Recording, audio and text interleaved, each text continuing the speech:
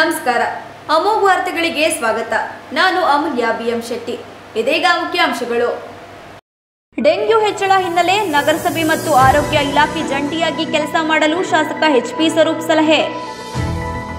ಕನಿಷ್ಠ ಯಾವುದೇ ಮೂಲಭೂತ ಸೌಕರ್ಯಗಳಿಲ್ಲದೆ ಕೆಸರುಗದ್ದೆಯಲ್ಲಿ ಸೊಳ್ಳೆಗಳ ತಾಣಗಳಲ್ಲಿ ಸಂತೆ ನಡೆಸುವ ಪರಿಸ್ಥಿತಿ ನಿರ್ಮಾಣವಾಗಿದೆ. ಇದು ಬೇಲೂರಿನಲ್ಲಿ ವ್ಯಾಪಾರಸ್ಥರ ಆಕ್ರೋಶ. ಡೆಂಗ್ಯೂ ಹೆಚ್ಚಳ ಹಿನ್ನೆಲೆ ಸರ್ಕಾರಿ ಆಸ್ಪತ್ರೆಗೆ ಶಾಸಕ ಎಚ್.ಕೆ. ಸುರೇಶ್ ದಿಢೀರ್ ಭೇಟಿ ನೀಡಿ ಪರಿಶೀಲನೆ. ಮತ್ತು ಕಾವೇರಿ ವಿವಾದ ಕೃತಿಕರ್ತರಾದ ಸಿ. ಚಂದ್ರಶೇಖರ್ ಪ್ರಜ್ಞಾವಂತರಿಗೆ ಕಣ್ಣು ತೆರೆಸುವ ಕೆಲಸವನ್ನು ಮಾಡಿದ್ದಾರೆ. ಮಾಜಿ ಶಾಸಕ ಎಚ್.ಟಿ. ರಾಮಸ್ವಾಮಿ ಹೇಳಿಕೆ. ವಾರ್ತೆಗಳ ವಿವರ.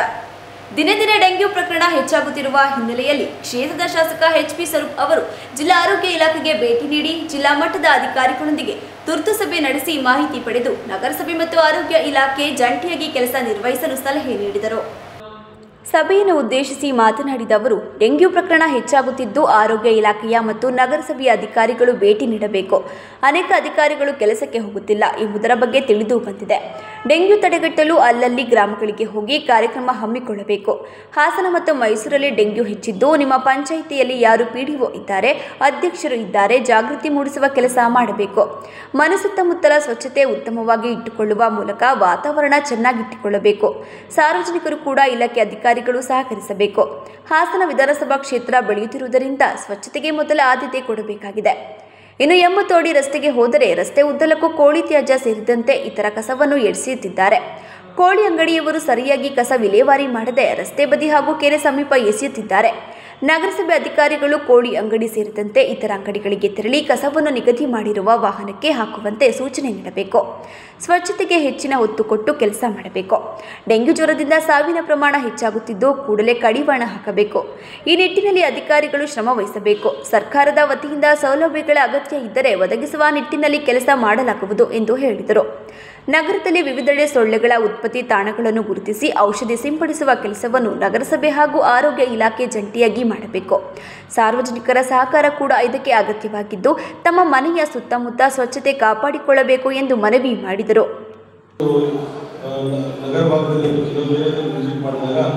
ಏನಾದರೂ ಅಫಿಷಿಯಲ್ಸ್ ಏನು ಮಾಡ್ತಾರೆ, ಬೆಳಗ್ಗೆ ಬೇಗ ಆಫೀಸ್ಗೆ ಹೋಗಬೇಕಾದ್ರೆ ಕಸವನ್ನು ಅವರು ವೆಹಿಕಲ್ ಹಾಕಿ ಸಿಂಪಲ್ ಮಾಡ್ತಾರೆ. ರೋಡ್ ಸೈಡ್ ಹೋಗ್ತಾ ಪ್ಲಾಸ್ಟಿಕ್ ಅವ್ರು ಹಾಕಿ ಇಸ್ಕೊಳ್ತಾರೆ.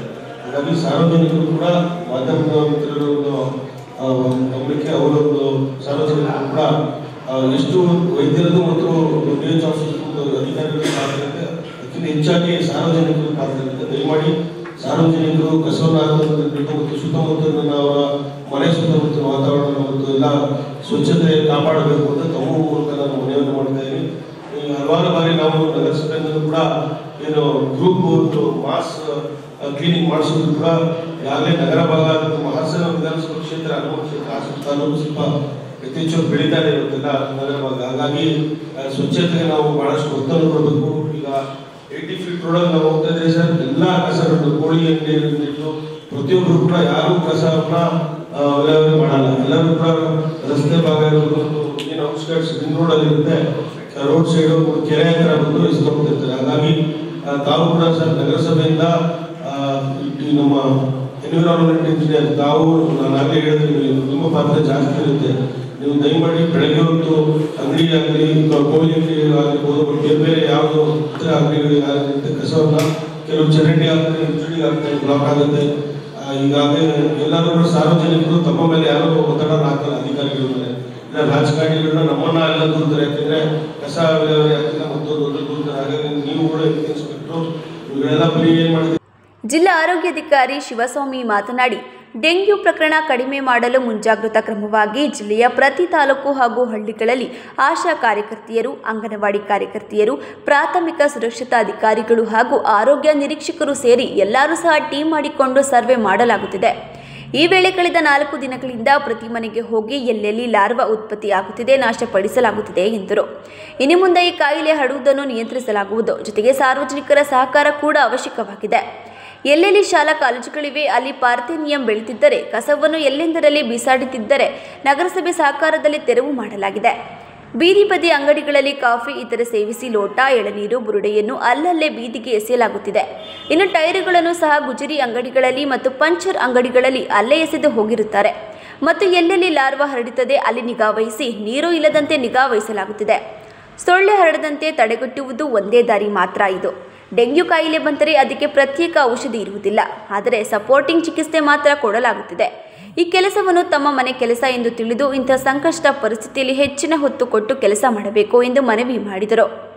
ಮುಂಜಾಗ್ರತಾ ಕ್ರಮವಾಗಿ ಮೈಕ್ರೋ ಪ್ಲಾನ್ ಮಾಡಿ ಪ್ರತಿ ಹಳ್ಳಿನಲ್ಲಿ, ಪ್ರತಿ ಜಿಲ್ಲೆಯ ಟೌನ್ನಲ್ಲಿ ಸರ್ವೆ ಮಾಡ್ತಾ ಇದ್ದೀವಿ. ಆಶಾ ವರ್ಕರು, ಅಂಗನವಾಡಿ ವರ್ಕರು, ನಮ್ಮ ಪ್ರಾಥಮಿಕ ಸುರಕ್ಷಾಧಿಕಾರಿಗಳು ಮತ್ತು ನಮ್ಮ ಆರೋಗ್ಯ ನಿರೀಕ್ಷಕರು ಎಲ್ಲರೂ ಸಹ ಒಂದು ಟೀಮ್ ಮಾಡಿಕೊಂಡು ಮತ್ತು ಏನು ಕೋವಿಡಲ್ಲಿ ವಾರ್ ರೂಮ್ ಥರ ಮಾಡಿದ್ವಿ ಆ ಥರ ಒಂದು ವಾರ್ ರೂಮ್ ಥರ ಮಾಡಿ ಪ್ರತಿ ಮನೆಗೂ ಹೋಗಿ ಈ 4 ಡೇಸ್ನಲ್ಲಿ 4 ದಿನಗಳಲ್ಲಿ ನಮ್ಮಲ್ಲಿ ಎಲ್ಲ ಮನೆಗಳಲ್ಲಿ ಸರ್ವೆ ಆಗಿ ಲಾರ್ವಾ ಉತ್ಪತ್ತಿ ತಾಣವನ್ನು ನಾಶಪಡಿಸೋ ಕೆಲಸ ಆಗುತ್ತೆ. ಇನ್ನು ಮುಂದೆ ಈ ಕಾಯಿಲೆ ಹರಡೋದನ್ನ ನಾವು ನಿಯಂತ್ರಿಸ್ತೀವಿ. ಅದರ ಜೊತೆಗೆ ಸಾರ್ವಜನಿಕರ ಸಹಕಾರವೂ ಸಹ ಬೇಕು. ಈಗ ಹೇಳಿದಂಗೆ ಈಗ ಎಲ್ಲಿ ಸ್ಕೂಲ್ಗಳು, ಕಾಲೇಜಸ್ ಇದೆ ಅಲ್ಲಿ ಏನು ಬೆಳೆದಿದೆ ಪಾರ್ಥೇನಿಯಮು ಮತ್ತು ಇತರೆ ಇದು, ಅದ್ರ ಜೊತೆಗೆ ಏನು ಬಿಸಾಕಿದ್ದಾರೆ ಅವನ್ನೆಲ್ಲ ಮುನ್ಸಿಪಾಲಿಟಿ ವತಿಯಿಂದ ಕ್ಲೀನ್ ಮಾಡಿಸಿದ್ರೆ ಸ್ವಲ್ಪ ಕಂಟ್ರೋಲ್ ಮಾಡೋಕ್ಕೆ ಅನುವಾಗುತ್ತೆ. ಅದ್ರ ಜೊತೆಗೆ ಈ ಬೀದಿ ಬದಿ ಅಂಗಡಿಗಳಲ್ಲಿ ಹೆಚ್ಚಿಗೆ ಈಗ ಡಿಸ್ಪೋಸಬಲ್ ಕಪ್ಸು, ನೀರು ಕುಡಿದು, ಕಾಫಿ ಕುಡಿದು ಅಲ್ಲೇ ಬಿಸಾಕೋದು, ಈ ಎಳ್ಳಿ ಗೋಡೆ ಹಂಗೆ ಓಪನ್ ಆಗಿ ಹಾಕೋದು, ಚಿಪ್ಪು ಮತ್ತೆ ಈ ಟೈರ್ಗಳನ್ನು ಸಹ ಈ ಗುಜರಿ ಎಣ್ಣೆ ಮತ್ತೆ ಈ ಪಂಚರ್ಗಳಲ್ಲಿ ಟೈರ್ಗಳನ್ನ ಸುಮ್ಮನೆ ಹೊರಗಡೆ ಬಿಸಾಕಿರ್ತಾರೆ. ಅಲ್ಲಿ ಹೆಚ್ಚಿಗೆ ಈ ಏನು ಲಾರ್ವಾ ಉತ್ಪತ್ತಿ ಆಗುತ್ತೆ.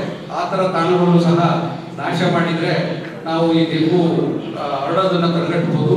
ನಮಗೆ ಈಗ ಹರಡೋದನ್ನು ತಡೆಗಟ್ಟೋದು ಒಂದೇ ದಾರಿ. ಯಾಕೆ ಅಂದರೆ ನಿಮ್ಗೆಲ್ಲರಿಗೂ ಗೊತ್ತು, ಡೆಂಗುಗೆ ಪರ್ಟಿಕ್ಯುಲರ್ ಆದ ಟ್ರೀಟ್ಮೆಂಟ್ ಇಲ್ಲ, ನಾವು ಕೊಡೋದು ಸಪೋರ್ಟಿವ್ ಟ್ರೀಟ್ಮೆಂಟ್ ಮಾತ್ರ. ಆದ್ದರಿಂದ ತಾವೆಲ್ಲರೂ ಎಚ್ಚೆತ್ಕೊಂಡು ತಮ್ಮ ಮನೆ ಕೆಲಸ ಅಂತ ತಿಳ್ಕೊಂಡು ಈ ಒಂದು ವಿಷಮ ಪರಿಸ್ಥಿತಿಯಲ್ಲಿ ಸಹಕರಿಸಬೇಕು. ಈ ಸಂದರ್ಭದಲ್ಲಿ ನಗರಸಭೆ ಆಯುಕ್ತರು, ಜಿಲ್ಲಾ ಮಟ್ಟದ ಮತ್ತು ತಾಲೂಕು ಅಧಿಕಾರಿಗಳು, ಆರೋಗ್ಯ ಕೇಂದ್ರದ ವೈದ್ಯರುಗಳು ಉಪಸ್ಥಿತರಿದ್ದರು.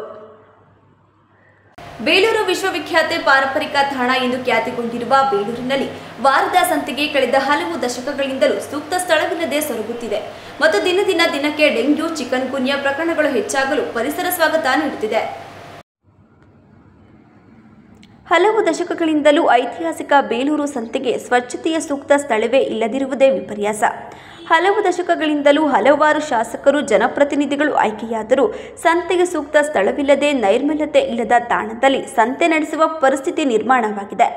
ಸಂತೆಯಲ್ಲಿ ಟಾರ್ಪಲ್ ಗುಡಾರಗಳನ್ನು ಕಟ್ಟಿಕೊಂಡು ವ್ಯಾಪಾರ ಮಾಡುವ ವ್ಯಾಪಾರಸ್ಥರು ಮತ್ತು ಸಾರ್ವಜನಿಕರು ಸಂತೆಗೆ ಬಂದು ಪುನಃ ಮನೆ ತಲುಪುವುದರಲ್ಲಿ ಹತ್ತಾರು ರೋಗ ರಚನೆಗಳನ್ನು ಮನೆಗೆ ಕೊಂಡೊಯ್ಯುತ್ತಿದ್ದಾರೆ. ಕಾರಣ ಸಂತೆ. ಸ್ಥಳ ಬೇಸಿಗೆಯಲ್ಲಿ ಸಂಪೂರ್ಣ ಧೂಳು, ಕಸದಿಂದ ಕೂಡಿರುತ್ತದೆ. ಮಳೆಗಾಲದಲ್ಲಿ ಕೆಸರುಗದ್ದೆಯಾಗಿ ಮಾರ್ಪಟ್ಟು ಸೊಳ್ಳೆ, ಕ್ರಿಮಿ, ಕೀಟಗಳ ವಾಸ ಸ್ಥಳವಾಗಿ ಮಾರ್ಪಟ್ಟಿರುತ್ತದೆ. ಇದರಿಂದ ಸಂತೆಗೆ ಬರುವ ಸಾರ್ವಜನಿಕರು, ವ್ಯಾಪಾರಸ್ಥರು ಡೆಂಗ್ಯೂ, ಚಿಕನ್ ಗುನ್ಯಾ ಸೇರಿದಂತೆ ಹಲವು ಕಾಯಿಲೆಗಳಿಗೆ ತುತ್ತಾಗುತ್ತಿದ್ದು, ಪ್ರತಿನಿತ್ಯ ಜನಪ್ರತಿನಿಧಿಗಳು ಡೆಂಗ್ಯೂ ನಿಯಂತ್ರಣ, ಸ್ವಚ್ಛತೆಯ ಅರಿವು ಬೀದಿ ನಾಟಕಗಳನ್ನು ಪ್ರದರ್ಶಿಸುತ್ತಿದ್ದು, ಜನಜಂಗುಳಿ ಪ್ರದೇಶಗಳಲ್ಲಿ ಜನಪ್ರತಿನಿಧಿಗಳೇ ಸ್ವಚ್ಛತೆಗೆ ಮುಂದಾಗುತ್ತಿಲ್ಲ ಮತ್ತು ವಾರದ ಸಂತೆಗೆ ವ್ಯವಸ್ಥಿತ ಸ್ಥಳವೂ ನೀಡದೆ ವ್ಯಾಪಾರಸ್ಥರು ಮಾತ್ರ ರೋಗ ರಚನೆಗಳಿಗೆ ತುತ್ತಾಗಲು ಜನಪ್ರತಿನಿಧಿಗಳ ನಿರ್ಲಕ್ಷ್ಯವೇ ಕಾರಣ ಎಂದು ಸಂತೆಯ ವ್ಯಾಪಾರಸ್ಥರು ಮತ್ತು ಸಾರ್ವಜನಿಕರು ಆರೋಪಿಸುತ್ತಿದ್ದಾರೆ. ಕಳೆದ 10-15 ವರ್ಷಗಳ ಹಿಂದೆ ನಗರದ ಹೃದಯ ಭಾಗವಾದ ಜೂನಿಯರ್ ಕಾಲೇಜು ಮೈದಾನದ ಹಿಂಭಾಗ ಸಂತೆ ನಡೆಸಲಾಗುತ್ತಿತ್ತು. ಆನಂತರ ಹಲವು ಗೊಂದಲಗಳಿಂದ ವಾರದ ಸಂತೆಯನ್ನು ಅಂಬೇಡ್ಕರ್ ವೃತ್ತದಿಂದ ಜೆಪಿ ನಗರದ ವೃತ್ತದವರೆಗೂ ರಸ್ತೆಯ ಬದಿಯಲ್ಲಿ ಸಂತೆ ನಡೆಸಲಾಗಿತ್ತು. ರಸ್ತೆಯ ಬದಿಯಲ್ಲಿ ಸಂತೆ ನಡೆಸಿದ ಕಾರಣ ವಾಹನ ದಟ್ಟಣೆ, ಅಪಘಾತಗಳು ಹೆಚ್ಚಾದ ಹಿನ್ನೆಲೆ ಶ್ರೀ ಚನ್ನಕೇಶವ ಸ್ವಾಮಿ ದೇವಾಲಯಕ್ಕೆ ಸೇರಿದ ದೇವಾಲಯದ ಹಿಂಭಾಗದ ಸ್ಥಳದಲ್ಲಿ ಸಂತೆ ನಡೆಸುತ್ತಿದ್ದು, ದೇವಾಲಯಕ್ಕೆ ಸೇರಿದ ಜಾಗವಾದ ಕಾರಣ ಕನಿಷ್ಠ ಯಾವುದೇ ಮೂಲಭೂತ ಸೌಕರ್ಯಗಳಿಲ್ಲದೆ ಕೆಸರುಗದ್ದೆಯಲ್ಲಿ ಸೊಳ್ಳೆಗಳ ತಾಣಗಳಲ್ಲಿ ಸಂತೆ ನಡೆಸುವ ಪರಿಸ್ಥಿತಿ ನಿರ್ಮಾಣವಾಗಿದೆ. ಸಂತೆಗೆ ಬರುವ ವ್ಯಾಪಾರಸ್ಥರು ಸುಂಕ ಕಟ್ಟುತ್ತಿದ್ದರೂ ಯಾವುದೇ ಮೂಲಭೂತ ಸೌಕರ್ಯ ನೀಡುವಲ್ಲಿ ವಿಫಲಗೊಂಡಿದ್ದು, ಕನಿಷ್ಠ ಸ್ವಚ್ಛತೆಯೂ ಇಲ್ಲದಂತಾಗಿದೆ ಎಂದು ವ್ಯಾಪಾರಸ್ಥರು ಆಕ್ರೋಶ ವ್ಯಕ್ತಪಡಿಸಿದರು. ಸಂತೆಯ ಸ್ಥಳದಲ್ಲಿ ವ್ಯಾಪಾರಸ್ಥರು ಮಾತನಾಡಿ, ಕಳೆದ 4 ದಶಕಗಳಿಂದಲೂ ಸಂತೆಗೆ ಸ್ವಂತ ಸ್ಥಳವಿಲ್ಲದೆ ವ್ಯಾಪಾರಸ್ಥರು ಆದಿ ಬೀದಿ ಕೆಸರು, ಕ್ರಿಮಿ, ಕೀಟಗಳ ವಾಸ ಸ್ಥಳದಲ್ಲಿ ವ್ಯಾಪಾರ ನಡೆಸುತ್ತಿದ್ದು, ರೋಗದ ಜನಗಳಿಗೆ ತುತ್ತಾಗುತ್ತಿದ್ದಾರೆ. ಶಾಸಕರು ಸಂತೆಗೆ ಸೂಕ್ತ ಸ್ಥಳ ನಿಗದಿ ಮಾಡಿ ಮೂಲಭೂತ ಸೌಕರ್ಯ, ಸ್ವಚ್ಛತೆ ಕಾಪಾಡಬೇಕು. ಶುಚಿತ್ವ ಇಲ್ಲದ ಕಾರಣ ಸಂತೆಗೆ ಬರುವ ವ್ಯಾಪಾರಸ್ಥರು ಸಾರ್ವಜನಿಕರು ಡೆಂಗ್ಯೂ ಚಿಕನ್ ಗುನ್ಯಾಗಳಂತಹ ಭೀಕರ ಕಾಯಿಲೆಗಳನ್ನು ಮನೆಗೆ ಹೊತ್ತೊಯ್ಯುತ್ತಿದ್ದಾರೆ. ಸ್ಥಳೀಯ ಜನಪ್ರಿಯ ಶಾಸಕರು ಹಲವು ದಶಕಗಳ ಸಂತೆ ಸಮಸ್ಯೆಗೆ ಪರಿಹಾರ ಒದಗಿಸಬೇಕು. ತಾಲೂಕು ಕೇಂದ್ರವಾದ ಬೇಲೂರಿನಲ್ಲಿ ಸಂತೆಗೆ ಸೂಕ್ತ ಸ್ಥಳವಿಲ್ಲದಿರುವುದೇ ವಿಪರ್ಯಾಸ. ಹೋಬಳಿ ಕೇಂದ್ರಗಳಲ್ಲಿಯೇ ಸಂತೆಗೆ ಸೂಕ್ತ ಸ್ಥಳ ನಿಗದಿ ಮಾಡಿದ್ದು, ತಾಲೂಕು ಕೇಂದ್ರದಲ್ಲಿ ಜನಪ್ರತಿನಿಧಿಗಳ ನಿರ್ಲಕ್ಷ್ಯದಿಂದ ಸ್ಥಳವಿಲ್ಲದೆ ಸಾರ್ವಜನಿಕರು ಮಾರಕ ರೋಗಗಳಿಗೆ ತುತ್ತಾಗುತ್ತಿದ್ದಾರೆ. ಸದ್ಯ ಬೇಲೂರು ವಿಧಾನಸಭಾ ಕ್ಷೇತ್ರದ ಈಗಿನ ಶಾಸಕರಾಗಿರುವ ಮಾನ್ಯ ಶ್ರೀ ಎಚ್.ಕೆ. ಸುರೇಶ್ ರವರು ವಾರದ ಸಂತೆಗೆ ಭೇಟಿ ನೀಡಿ ಪರಿಸ್ಥಿತಿಯನ್ನು ಕಣ್ಣಾರೆ ಕಂಡು ವಾರದ ಸಂತೆಗೆಂದೇ ಸ್ಥಳ ನಿಗದಿ ಮಾಡಿ ವ್ಯಾಪಾರಸ್ಥರಿಗೆ ಕಟ್ಟೆ, ಸೂರ್ಯ, ಕುಡಿಯುವ ನೀರು, ಶೌಚಾಲಯ, ಮುಖ್ಯವಾಗಿ ಸ್ವಚ್ಛತೆಗೆ ಆದ್ಯತೆ ನೀಡಿ ರೋಗ ರುಜಿನಗಳಿಗೆ ತುತ್ತಾಗುತ್ತಿರುವ ಸಾರ್ವಜನಿಕರ ಆರೋಗ್ಯ ಕಾಪಾಡಬೇಕೆಂದು ಮನವಿ ಮಾಡಿದರು. ಮೂರನೇ ಸತಿ ಸಂತೆ ಚೇಂಜ್ ಆಗ್ತಾ ಇರೋದು. ಸಂತೆಗೆ ಬೇಲೂರಲ್ಲಿ ಜಾಗನೇ ಬಿಟ್ಕೊಟ್ಟಿಲ್ಲ. ಇಲ್ಲಿ ಬಂದರೆ ನೋಡಿದ್ರಿ ಈ ಜಾಗದಲ್ಲಿ ಹಾಕೋಬೇಕು. ಹಿಂದೆ ನೋಡಿದ್ರೆ ಚರಂಡಿ ಇದೆ, ಅಲ್ಲಿ ಕೆರೆ ಇದೆ, ಕೆರೆಗೆ ಡ್ರೈನೇಜ್ ನೀರು ಬಿಡ್ತಾರೆ. ಅಲ್ಲಿ ಬಂದರೆ ಸೊಳ್ಳೆ ಎಲ್ಲ ಕಡಿತಾವೆ. ನಾವು ಎಲ್ಲಿ ಸಂತೆ ಹಾಕೋದು? ನಾವು ಬಂದು ಸಂತೆ ಮಾಡ್ದಿದ್ದಲ್ದಲ್ಲೇ ಕಾಯಿಲೆ ಮಾಡ್ಕೊಂಡು ಹೋಗ್ಬೇಕು. ಅಗ್ರೆ ಹಳೆ ಬಿಡಲೆಲ್ಲ ಶೆಡ್ ಮಾಡಿಕೊಟ್ಟಿದ್ದಾರೆ ಸಂತೆ ಅವರಿಗೆ. ನಮ್ಮೂರಲ್ಲಿ ಏನೂ ಒಂದು ವ್ಯವಸ್ಥೆ ಮಾಡಿಲ್ಲ. ಶೌಚಾಲಯ ಇಲ್ಲ, ನೀರಿಲ್ಲ, ಊಟ ಮಾಡ್ಬೇಕು. ನಾವು ಇದೇ ಜಾಗದಲ್ಲಿ ಕೂತ್ಕೊಂಡು ಊಟ ಮಾಡಬೇಕಾಗಿದೆ.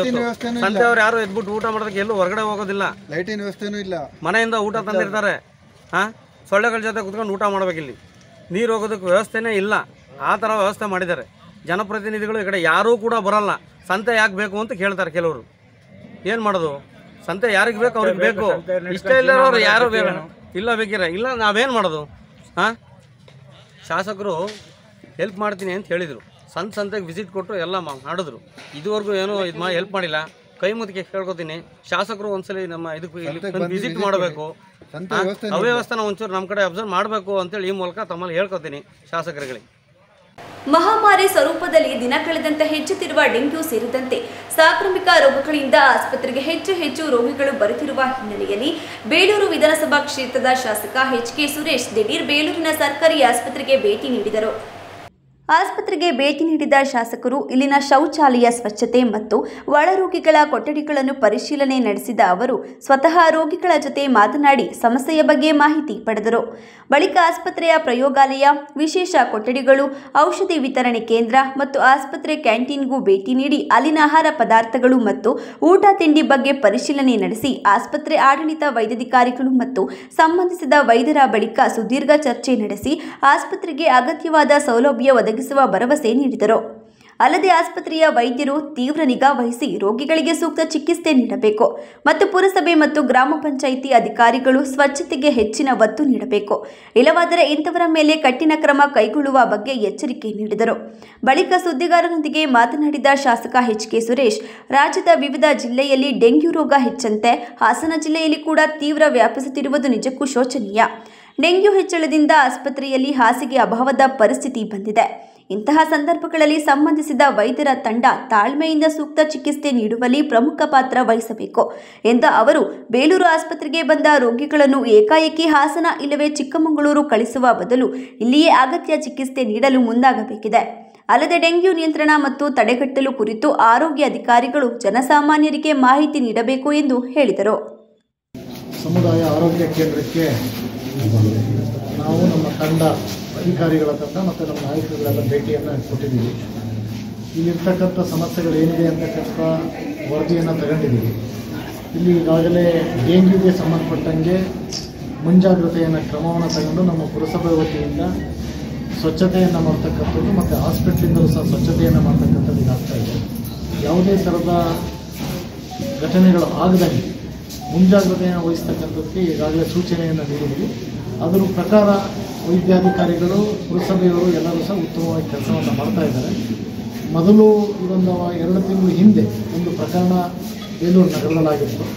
ಅದಾದ ನಂತರ ಸಂಪೂರ್ಣ ಅಧಿಕಾರಿಗಳು ಎಚ್ಚೆತ್ಕೊಂಡು ವಿಶೇಷವಾಗಿ ಆರೋಗ್ಯಾಧಿಕಾರಿಗಳು ಮತ್ತು ನಮ್ಮ ಪುರಸಭೆಯವರು ಸ್ವಚ್ಛತೆಗೆ ಆದ್ಯತೆಯನ್ನು ಕೊಡ್ತಾ ಇದ್ದಾರೆ. ಬಹುಶಃ ಇಲ್ಲಿ ಏನು ಇವತ್ತು 47 ಪೇಷಂಟ್ಗಳು ಈಗ ಡೆಂಗ್ಯೂ ಅಂತ ಪ್ರಕರಣದಲ್ಲಿ ಅಡ್ಮಿಟ್ ಆಗಿದ್ದಾರೆ. ಎಲ್ಲರಿಗೂ ಸಹ ಸುಧಾರಣೆ ಬರ್ತಾ ಇದೆ. ಯಾವುದೇ ಥರದ ಅಂಥಕರ ಇದಕ್ಕೆ ಅವಕಾಶನ ನೀಡದಂಗೆ ಮುನ್ನೆಚ್ಚರಿಕೆಯನ್ನು ಕ್ರಮ ಕೈಗೊಳ್ಳಬೇಕು ಅಂತಕ್ಕಂಥದ್ದನ್ನು ಈಗಾಗಲೇ ಸೂಚನೆ ಕೊಟ್ಟಿದ್ದೀವಿ. ಎಲ್ಲರ ಆರೋಗ್ಯ ಸುಧಾರಣೆ ಆಗುತ್ತೆ. ಏಕೆಂದರೆ ವಿಶೇಷವಾಗಿ 24x7 ಇಲ್ಲಿ ಚಿಕಿತ್ಸೆಗೆ ಅವಕಾಶವನ್ನು ಮಾಡಿದ್ದೀವಿ. ಯಾವುದೇ ರಾತ್ರಿ ಬಂದರೂ ಸಹ ಅದನ್ನು ಅಡ್ಮಿಟ್ ಮಾಡ್ಕೋಬೇಕು, ಅವರಿಗೆ ತಪಾಸಣೆ ಮಾಡಬೇಕು, ಬ್ಲಡ್ ಟೆಸ್ಟ್ ಮಾಡಬೇಕು, ಯೂರಿನ್ ಟೆಸ್ಟ್ ಮಾಡಬೇಕು. ಅದನ್ನು ಪರೀಕ್ಷೆಗಳನ್ನ ಒಳಪಟ್ಟು ಯಾವುದೇ ಸಾರ್ವಜನಿಕರಿಗೂ ಸಹ ಹೊರಗಡೆ ₹1 ಸಹ ಇನ್ವೆಸ್ಟ್ ಮಾಡ್ದಂಗೆ ಎಲ್ಲ ಸವಲತ್ತುಗಳನ್ನ ಸರ್ಕಾರಿ ಆಸ್ಪತ್ರೆಯಲ್ಲಿ ಕೊಡಿಸ್ತಕ್ಕಂಥ ಕೆಲಸನ ನಾವು ಪ್ರಾಮಾಣಿಕವಾಗಿ ಮಾಡ್ತಾ ಇದ್ದೀವಿ. ಬೆಡ್ಗಳಿಗೂ ಈಗಾಗಲೇ 2 ರೂಮ್ ಮೇಲೆ ನಾವು ಅರೇಂಜ್ ಮಾಡಿ ಈಗ ಮೇಲ್ಗಡೆಗೆ ಅರೇಂಜ್ ಮಾಡ್ಕೊಳ್ಳಿಕ್ಕೆ ಮೊನ್ನೆ DHO ಇವನ್ನೆಲ್ಲ ಕರೆಸಿ ನಮ್ಮ ಸುಧಾ ಮೇಡಮ್ ಅವ್ರನ್ನ ಕರೆಸಿ ಇವತ್ತು ಏನು ಕಳೆದ 1.5-2 ತಿಂಗಳಿಂದ ಸುಧಾ ಮೇಡಮ್ಗೆ ಚಾರ್ಜ್ನ ಕೊಡಿಸಿದ ಮೇಲೆ ಅವರು ವಿಶೇಷವಾಗಿ ತುಂಬ ಆಸಕ್ತಿಯನ್ನು ವಹಿಸಿ ಹಾಸ್ಪಿಟ್ಲನ್ನು ಉನ್ನತೀಕರಣ ಮಾಡಬೇಕು, ಅದರಲ್ಲಿ ಬಂದಂಥ ಪೇಷಂಟ್ಗಳಿಗೆ ಸುಧಾರಣೆಯನ್ನು ಮಾಡಿ ಟ್ರೀಟ್ಮೆಂಟ್ನ ಕೊಡಬೇಕು ಅಂತಕ್ಕಂಥ ತುಂಬ ಕಾಳಜಿಯನ್ನು ಹೊತ್ತು ಕೆಲಸ ಮಾಡ್ತಾ ಇದ್ದಾರೆ. ಈ ಸಂದರ್ಭದಲ್ಲಿ ಬೇಲೂರು ಆಸ್ಪತ್ರೆ ಆಡಳಿತ ವೈದ್ಯಾಧಿಕಾರಿ ಡಾಕ್ಟರ್ ಸಂಧ್ಯಾ ಮತ್ತು ರಾಷ್ಟ್ರೀಯ ತೆಂಗು ಅಭಿವೃದ್ಧಿ ಮಂಡಳಿ ಉಪಾಧ್ಯಕ್ಷ ರೇಣುಕುಮಾರ್, ಪುರಸಭೆ ಮಾಜಿ ಅಧ್ಯಕ್ಷ HM ದಯಾನಂದ, ರೋಟರಿ ಕ್ಲಬ್ ಕಾರ್ಯದರ್ಶಿ ಶಿವರಾಜ್, ವಿನಯ್ ಹಾಜರಿದ್ದರು. ಕಾವೇರಿ ನೀರು ವಿಚಾರದಲ್ಲಿ ಕರ್ನಾಟಕಕ್ಕೆ ಹೆಚ್ಚು ಅನ್ಯಾಯವಾಗಿದೆ ಎಂದು ನಾವೆಲ್ಲ ಹೇಳಿದ್ದೇವೆ. ಆದರೆ ನ್ಯಾಯಾಲಯದ ತೀರ್ಪಿಗೆ ಅನುಗುಣವಾಗಿ ನೀರು ಬಿಡುತ್ತಲೇ ಬರಲಾಗಿದ್ದು, ಈ ಬಗ್ಗೆ ಪ್ರತಿಭಾವಂತರಿಗೆ ಕಣ್ಣು ತೆರೆಸುವ ಕೆಲಸವನ್ನು ಕಾವೇರಿ ವಿವಾದ ಎನ್ನುವ ಪುಸ್ತಕದ ಕೃತಿಕರ್ತರಾದ ಚಂದ್ರಶೇಖರ್ ಹೊರ ತಂದಿರುವುದು ಶ್ಲಾಘನೀಯವಾಗಿದೆ ಎಂದು ಮಾಜಿ ಶಾಸಕ AT ರಾಮಸ್ವಾಮಿ ಅಭಿಪ್ರಾಯಪಟ್ಟರು. ಜಿಲ್ಲಾ ಕನ್ನಡ ಸಾಹಿತ್ಯ ಭವನದಲ್ಲಿ ಹಾಸನ ಜಿಲ್ಲಾ ವಕೀಲರ ಸಂಘ, ಜಿಲ್ಲಾ ಕನ್ನಡ ಸಾಹಿತ್ಯ ಪರಿಷತ್ತು, ಜಿಲ್ಲಾ ಪತ್ರಕರ್ತರ ಸಂಘ ಹಾಗೂ ಹಸಿರು ಭೂಮಿ ಪ್ರತಿಷ್ಠಾನ ಇವರ ಸಂಯುಕ್ತಾಶ್ರಯದಲ್ಲಿ ಹಮ್ಮಿಕೊಳ್ಳಲಾಗಿದ್ದ ನಿವೃತ್ತ IPS ಅಧಿಕಾರಿ ಸಿ ಚಂದ್ರಶೇಖರ್ ಅವರು ರಚಿಸಿರುವ ಕಾವೇರಿ ವಿವಾದ ಒಂದು ಐತಿಹಾಸಿಕ ಹಿನ್ನೋಟ ಹೆಸರಿನ ಪುಸ್ತಕ ಬಿಡುಗಡೆ ಕಾರ್ಯಕ್ರಮದಲ್ಲಿ ಅಧ್ಯಕ್ಷತೆ ವಹಿಸಿ ಮಾತನಾಡಿದ ಅವರು, ಸ್ವತಂತ್ರ ಪೂರ್ವದಲ್ಲಿ ಮದ್ರಾಸಿನ ಪ್ರೆಸಿಡೆನ್ಸಿ ಮತ್ತು ಮೈಸೂರಿನ ಕಿಂಗ್ಡಮ್ನಲ್ಲಿ ಒಪ್ಪಂದಗಳಾದವು. ಮೈಸೂರಿನ ಮಹಾರಾಜರ ಮೇಲೆ ಬಹಳ ಒತ್ತಡಗಳಿದ್ದವು. ಇಲ್ಲವಾದರೆ ಮೈಸೂರು ಸಂಸ್ಥಾನ ಹೋಗಿ ಬ್ರಿಟಿಷರ ಆಳ್ವಿಕೆ ಬರುತ್ತಿತ್ತು ಎನ್ನುವ ವಿಚಾರವನ್ನು ಇತಿಹಾಸದ ಚರಿತ್ರೆಯಲ್ಲಿ ತಿಳಿದುಕೊಂಡಿದ್ದೇವೆ. ಆ ಒಪ್ಪಂದಕ್ಕೆ ಸಹಿ ಹಾಕಿದ್ದರಿಂದ ಅಂದಿನ ದಿನಗಳಿಂದಲೂ ಸಹ ನೀರು ಬಿಡಬೇಕಾಗಿದೆ. ಕರ್ನಾಟಕಕ್ಕೆ ಹೆಚ್ಚು ಅನ್ಯಾಯವಾಗಿದೆ ಎಂದು ನಾವೆಲ್ಲ ಹೇಳುತ್ತಿದ್ದೇವೆ. ಎಲ್ಲರೂ ಕೂಡ ಅಂತಿಮವಾಗಿ ನ್ಯಾಯಾಲಯದ ತೀರ್ಪನ್ನು ಅನುಗುಣವಾಗಿ ನೀರನ್ನು ಬಿಟ್ಟುಕೊಂಡು ಬರಲಾಗಿದೆ. ನೀರನ್ನು ಬಳಕೆ ಮಾಡುವುದಕ್ಕೂ ನಾವು ಅಣೆಕಟ್ಟು ನಿರ್ಮಿಸುವಾಗಿಲ್ಲ. ಇನ್ನು ಪ್ರವಾಹದ ನೀರು, ಇತರೆ ಬಂದ ನೀರನ್ನು ಮೇಕೆದಾಟಿನಲ್ಲಿ ಸ್ಟೋರೇಜ್ ಮಾಡಿ ಕೃಷಿಗೆ ಅಲ್ಲದಿದ್ದರೂ ಕುಡಿಯುವುದಕ್ಕೂ ಬಳಕೆ ಮಾಡಲು ಯೋಜನೆಯಲ್ಲಿ ದೊಡ್ಡ ವಿರೋಧ ವ್ಯಕ್ತವಾಗಿದೆ ಎಂದು ಬೇಸರ ವ್ಯಕ್ತಪಡಿಸಿದರು. ತಮಿಳುನಾಡು ರಾಜ್ಯಗಳ ಮಧ್ಯೆ ಬಹಳ ವರ್ಷಗಳಿಂದ, ಶತಕಗಳಿಂದ ಒಂದು ಸೀರಿಯಸ್ ಕಾನ್ಫ್ಲಿಕ್ಟ್, ದೊಡ್ಡ ವಿವಾದಗಳೇ ನಡೆದುಕೊಂಡು 1892ರಲ್ಲಿ, ತದನಂತರ 1924ರಲ್ಲಿ, ಅಂದರೆ ಸ್ವಾತಂತ್ರ್ಯ ಪೂರ್ವದಲ್ಲಿ ಮದ್ರಾಸಿನ ಪ್ರೆಸಿಡೆನ್ಸಿ ಮತ್ತೆ ಮೈಸೂರು ಕಿಂಗ್ಡಮ್ ಮತ್ತೆ ಒಪ್ಪಂದಗಳಾದ ಸ್ವಾತಂತ್ರ್ಯ ಪೂರ್ವದಲ್ಲಿ ಅವತ್ತು ಬಹಳ ಒತ್ತಡ ಹೀರಿ ಮೈಸೂರು ಕಿಂಗ್ಡಮ್ನ ಮಹಾರಾಜರ ಮೇಲೆ ಅವರು ತೀರ್ಪು ಬರೆದಕ್ಕೆ ಸಹಿ ನಡೆಸಿಕೊಂಡ್ರು. ಇಲ್ಲಾಂದ್ರೆ ಮೈಸೂರು ಸಂಸ್ಥಾನ ಹೋಗಿ ಬ್ರಿಟಿಷರ ಆಳ್ವಿಕೆಗೆ ಬರ್ತಿತ್ತು ಅಂತಕ್ಕಂತಹ ವಿಷಯವನ್ನು ಇತಿಹಾಸದಲ್ಲಿ ನಾವು ಓದಿದ್ದೀವಿ, ಚರಿತ್ರೆಯಲ್ಲಿ ತಿಳ್ಕೊಂಡಿದ್ದೀವಿ. ಅದಕ್ಕೆ ಮೊದಲು ಆ ಒಪ್ಪಂದಕ್ಕೆ ಸಹಿ ಹಾಕಿದ್ರಿಂದ ಅವತ್ತೊಂದೂ ಕೂಡ ಈ ಲೋಯರ್ ರೈಪೇರಿಯನ್ ಅಂತ ಏನಿದೆ ತಮಿಳುನಾಡು, ಅವರಿಗೆ ಹೆಚ್ಚು ನೀರು, ಹೆಚ್ಚು ಅಧಿಕಾರ, ಹೆಚ್ಚು ಹಕ್ಕು, ಹೆಚ್ಚು ನೀರನ್ನು ಕೊಡ್ತಕ್ಕಂಥ ಅಚ್ಚುಕಟ್ಟ ಪ್ರದೇಶವನ್ನು ಹೊಂದಿರತಕ್ಕಂಥ ಕರ್ನಾಟಕಕ್ಕೆ ದೊಡ್ಡ ಅನ್ಯಾಯ ಆಗಿದೆ ಅಂತಕ್ಕಂಥದ್ದನ್ನ ನಾವೆಲ್ಲರೂ ಕೂಡ ಹೇಳ್ತಾ ಇದ್ದೀವಿ. ಬಟ್ ಯಾರು ಏನೇ ಹೇಳಿ, ತಮಿಳುನಾಡು ರಾಜ್ಯದವರು ಚಂದ್ರಶೇಖರ್ ಅವರೇ, ದೇ ಆರ್ ವೆರಿ ಸ್ಟ್ರಾಂಗ್.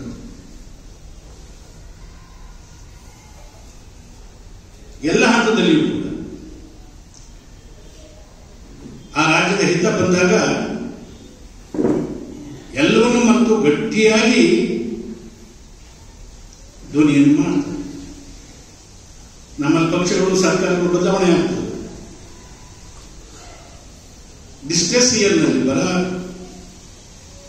ಒಂದು ಪರಿಸ್ಥಿತಿಯ ಸಂದರ್ಭದಲ್ಲಿ ನೀರು ಬಿಟ್ರೆ ನೀರು ಬಿಡಬೇಡಿ, ಆ ಪಕ್ಷದವ್ರು ಕೂಗೋದು, ನಮಗೆ ನೀರಿಲ್ಲ. ಅವರ ಆಡಳಿತ ಬಂದು ಇನ್ನು ಅವ್ರ ವಿರೋಧ ಬಂದ್ರೆ ನೀರು ಬಿಡಬೇಡಿ, ನಮಗೆ ನೀರಿಲ್ಲ, ನೀರು ಹೇಳ್ಬಿಡ್ತೀವಿ. ಆದ್ರೆ ಎಲ್ಲರೂ ಕೂಡ ಅಂತಿಮ ಉಚ್ಚ ನ್ಯಾಯಾಲಯ ತೀರ್ಪನ್ನ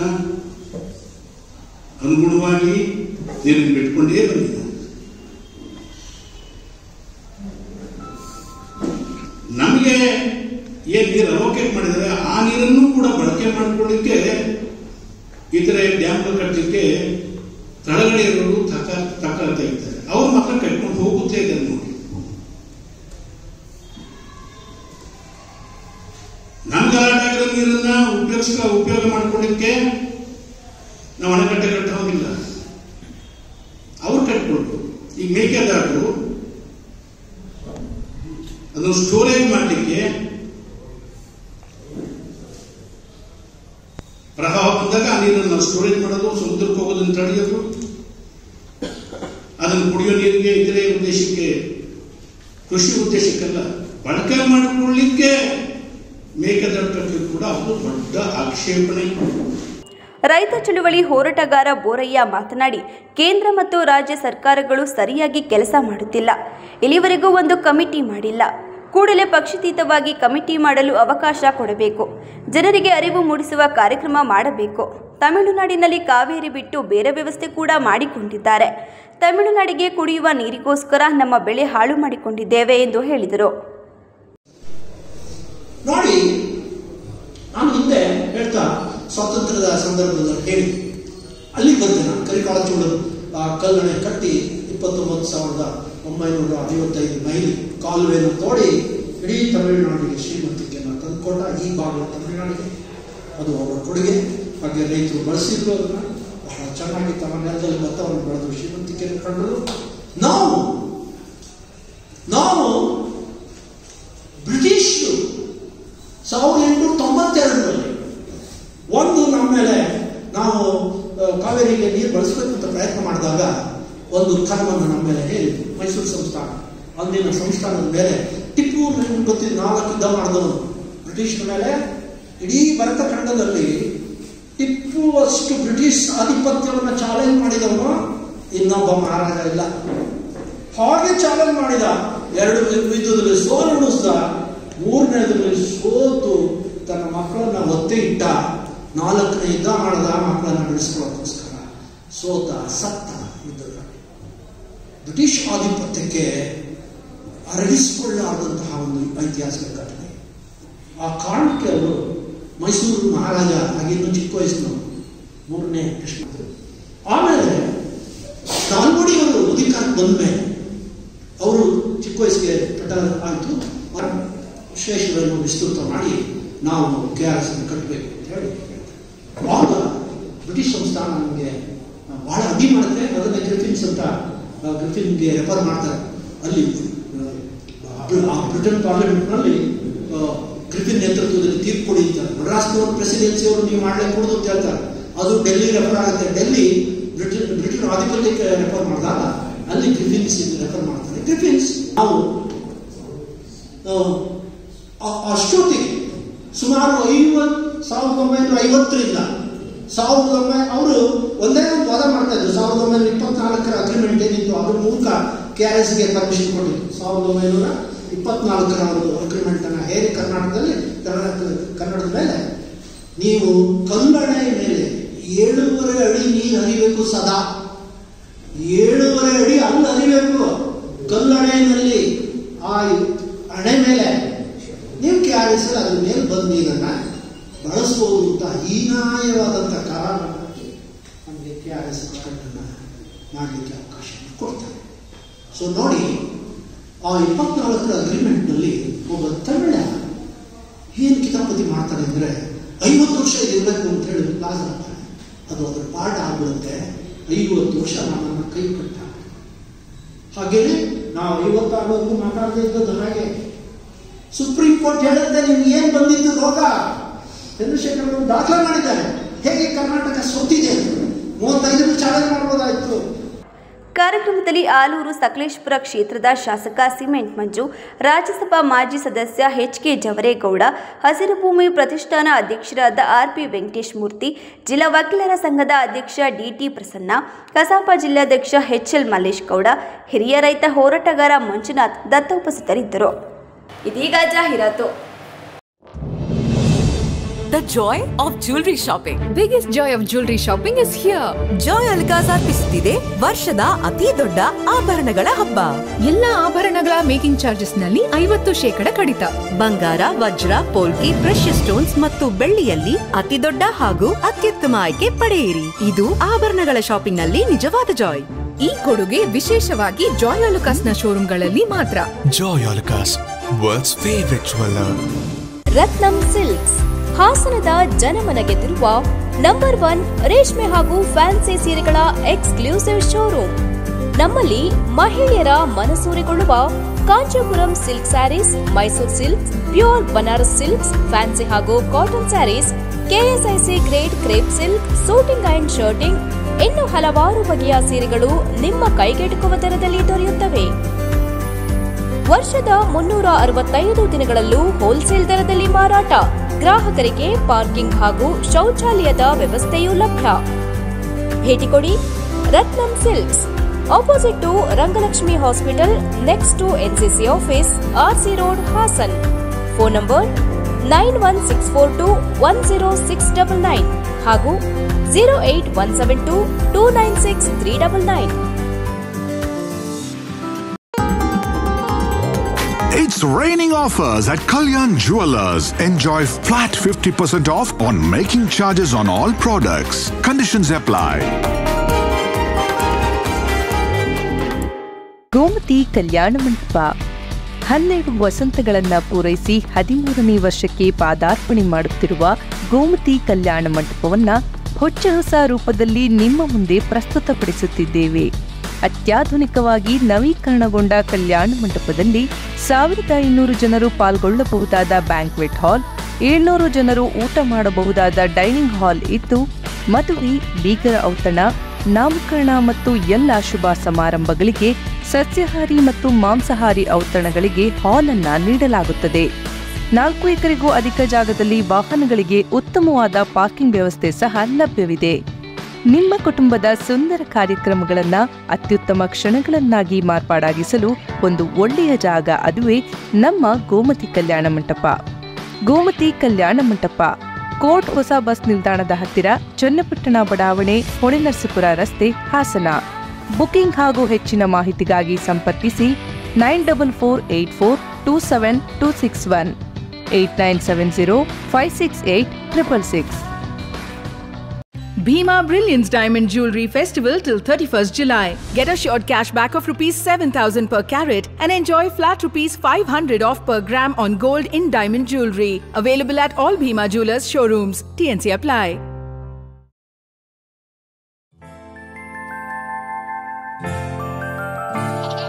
ನಗುವಿರಲಿ ಮನೆಯಲ್ಲಿ, ಮಗುವಿರಲಿ ಮಡಿಲಲ್ಲಿ, ತುಂಬಿರಲಿ ಸಂತಸ ಎಲ್ಲೆಲ್ಲೂ, ಹರಡುತ್ತಿರಿ ಸಂತಸ ಮನ ಮನೆಯಲ್ಲಿ ಸಂತಸ. ನಗುವಿರಲಿ ಮನೆಯಲ್ಲಿ, ಮಗುವಿರಲಿ ಮಡಿಲಲ್ಲಿ, ತುಂಬಿರಲಿ ಸಂತಸ ಎಲ್ಲೆಲ್ಲೂ ಸಂತಸ.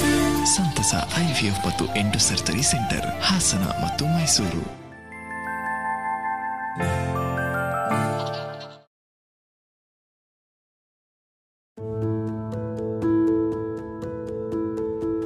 ನೀವು ನಿಮ್ಮ ಚಿನ್ನವನ್ನು ಪ್ರಸ್ತುತ ದರದಲ್ಲಿ ಮಾರಾಟ ಮಾಡಬೇಕೇ?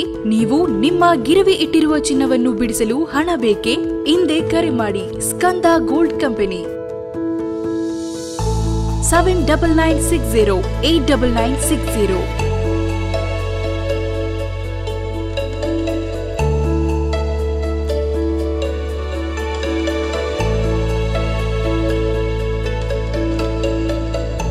ನೀವು ಗಿರವಿ ಇಟ್ಟಿರುವ ಚಿನ್ನಾಭರಣಗಳನ್ನು ಬಿಡಿಸಿ ಇಂದಿನ ಮಾರುಕಟ್ಟೆ ಬೆಲೆಗೆ ಕೊಂಡುಕೊಳ್ಳುತ್ತಾರೆ ಹಾಗೂ ನಿಮ್ಮಲ್ಲಿರುವ ಹಳೆಯ ಚಿನ್ನವನ್ನು ಪ್ರಸ್ತುತ ಆನ್ಲೈನ್ ದರದಲ್ಲಿ ಕೊಂಡುಕೊಳ್ಳುತ್ತಾರೆ. ಸ್ಕಂದ ಗೋಲ್ಡ್ ಕಂಪನಿ ಕರ್ನಾಟಕದಾದ್ಯಂತ ನಮ್ಮ ಶಾಖೆಗಳು ತೆರೆದಿರುತ್ತದೆ.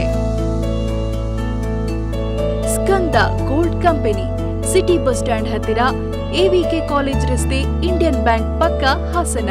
ಹಿಂದೆ ಕರೆ ಮಾಡಿ 7996089960.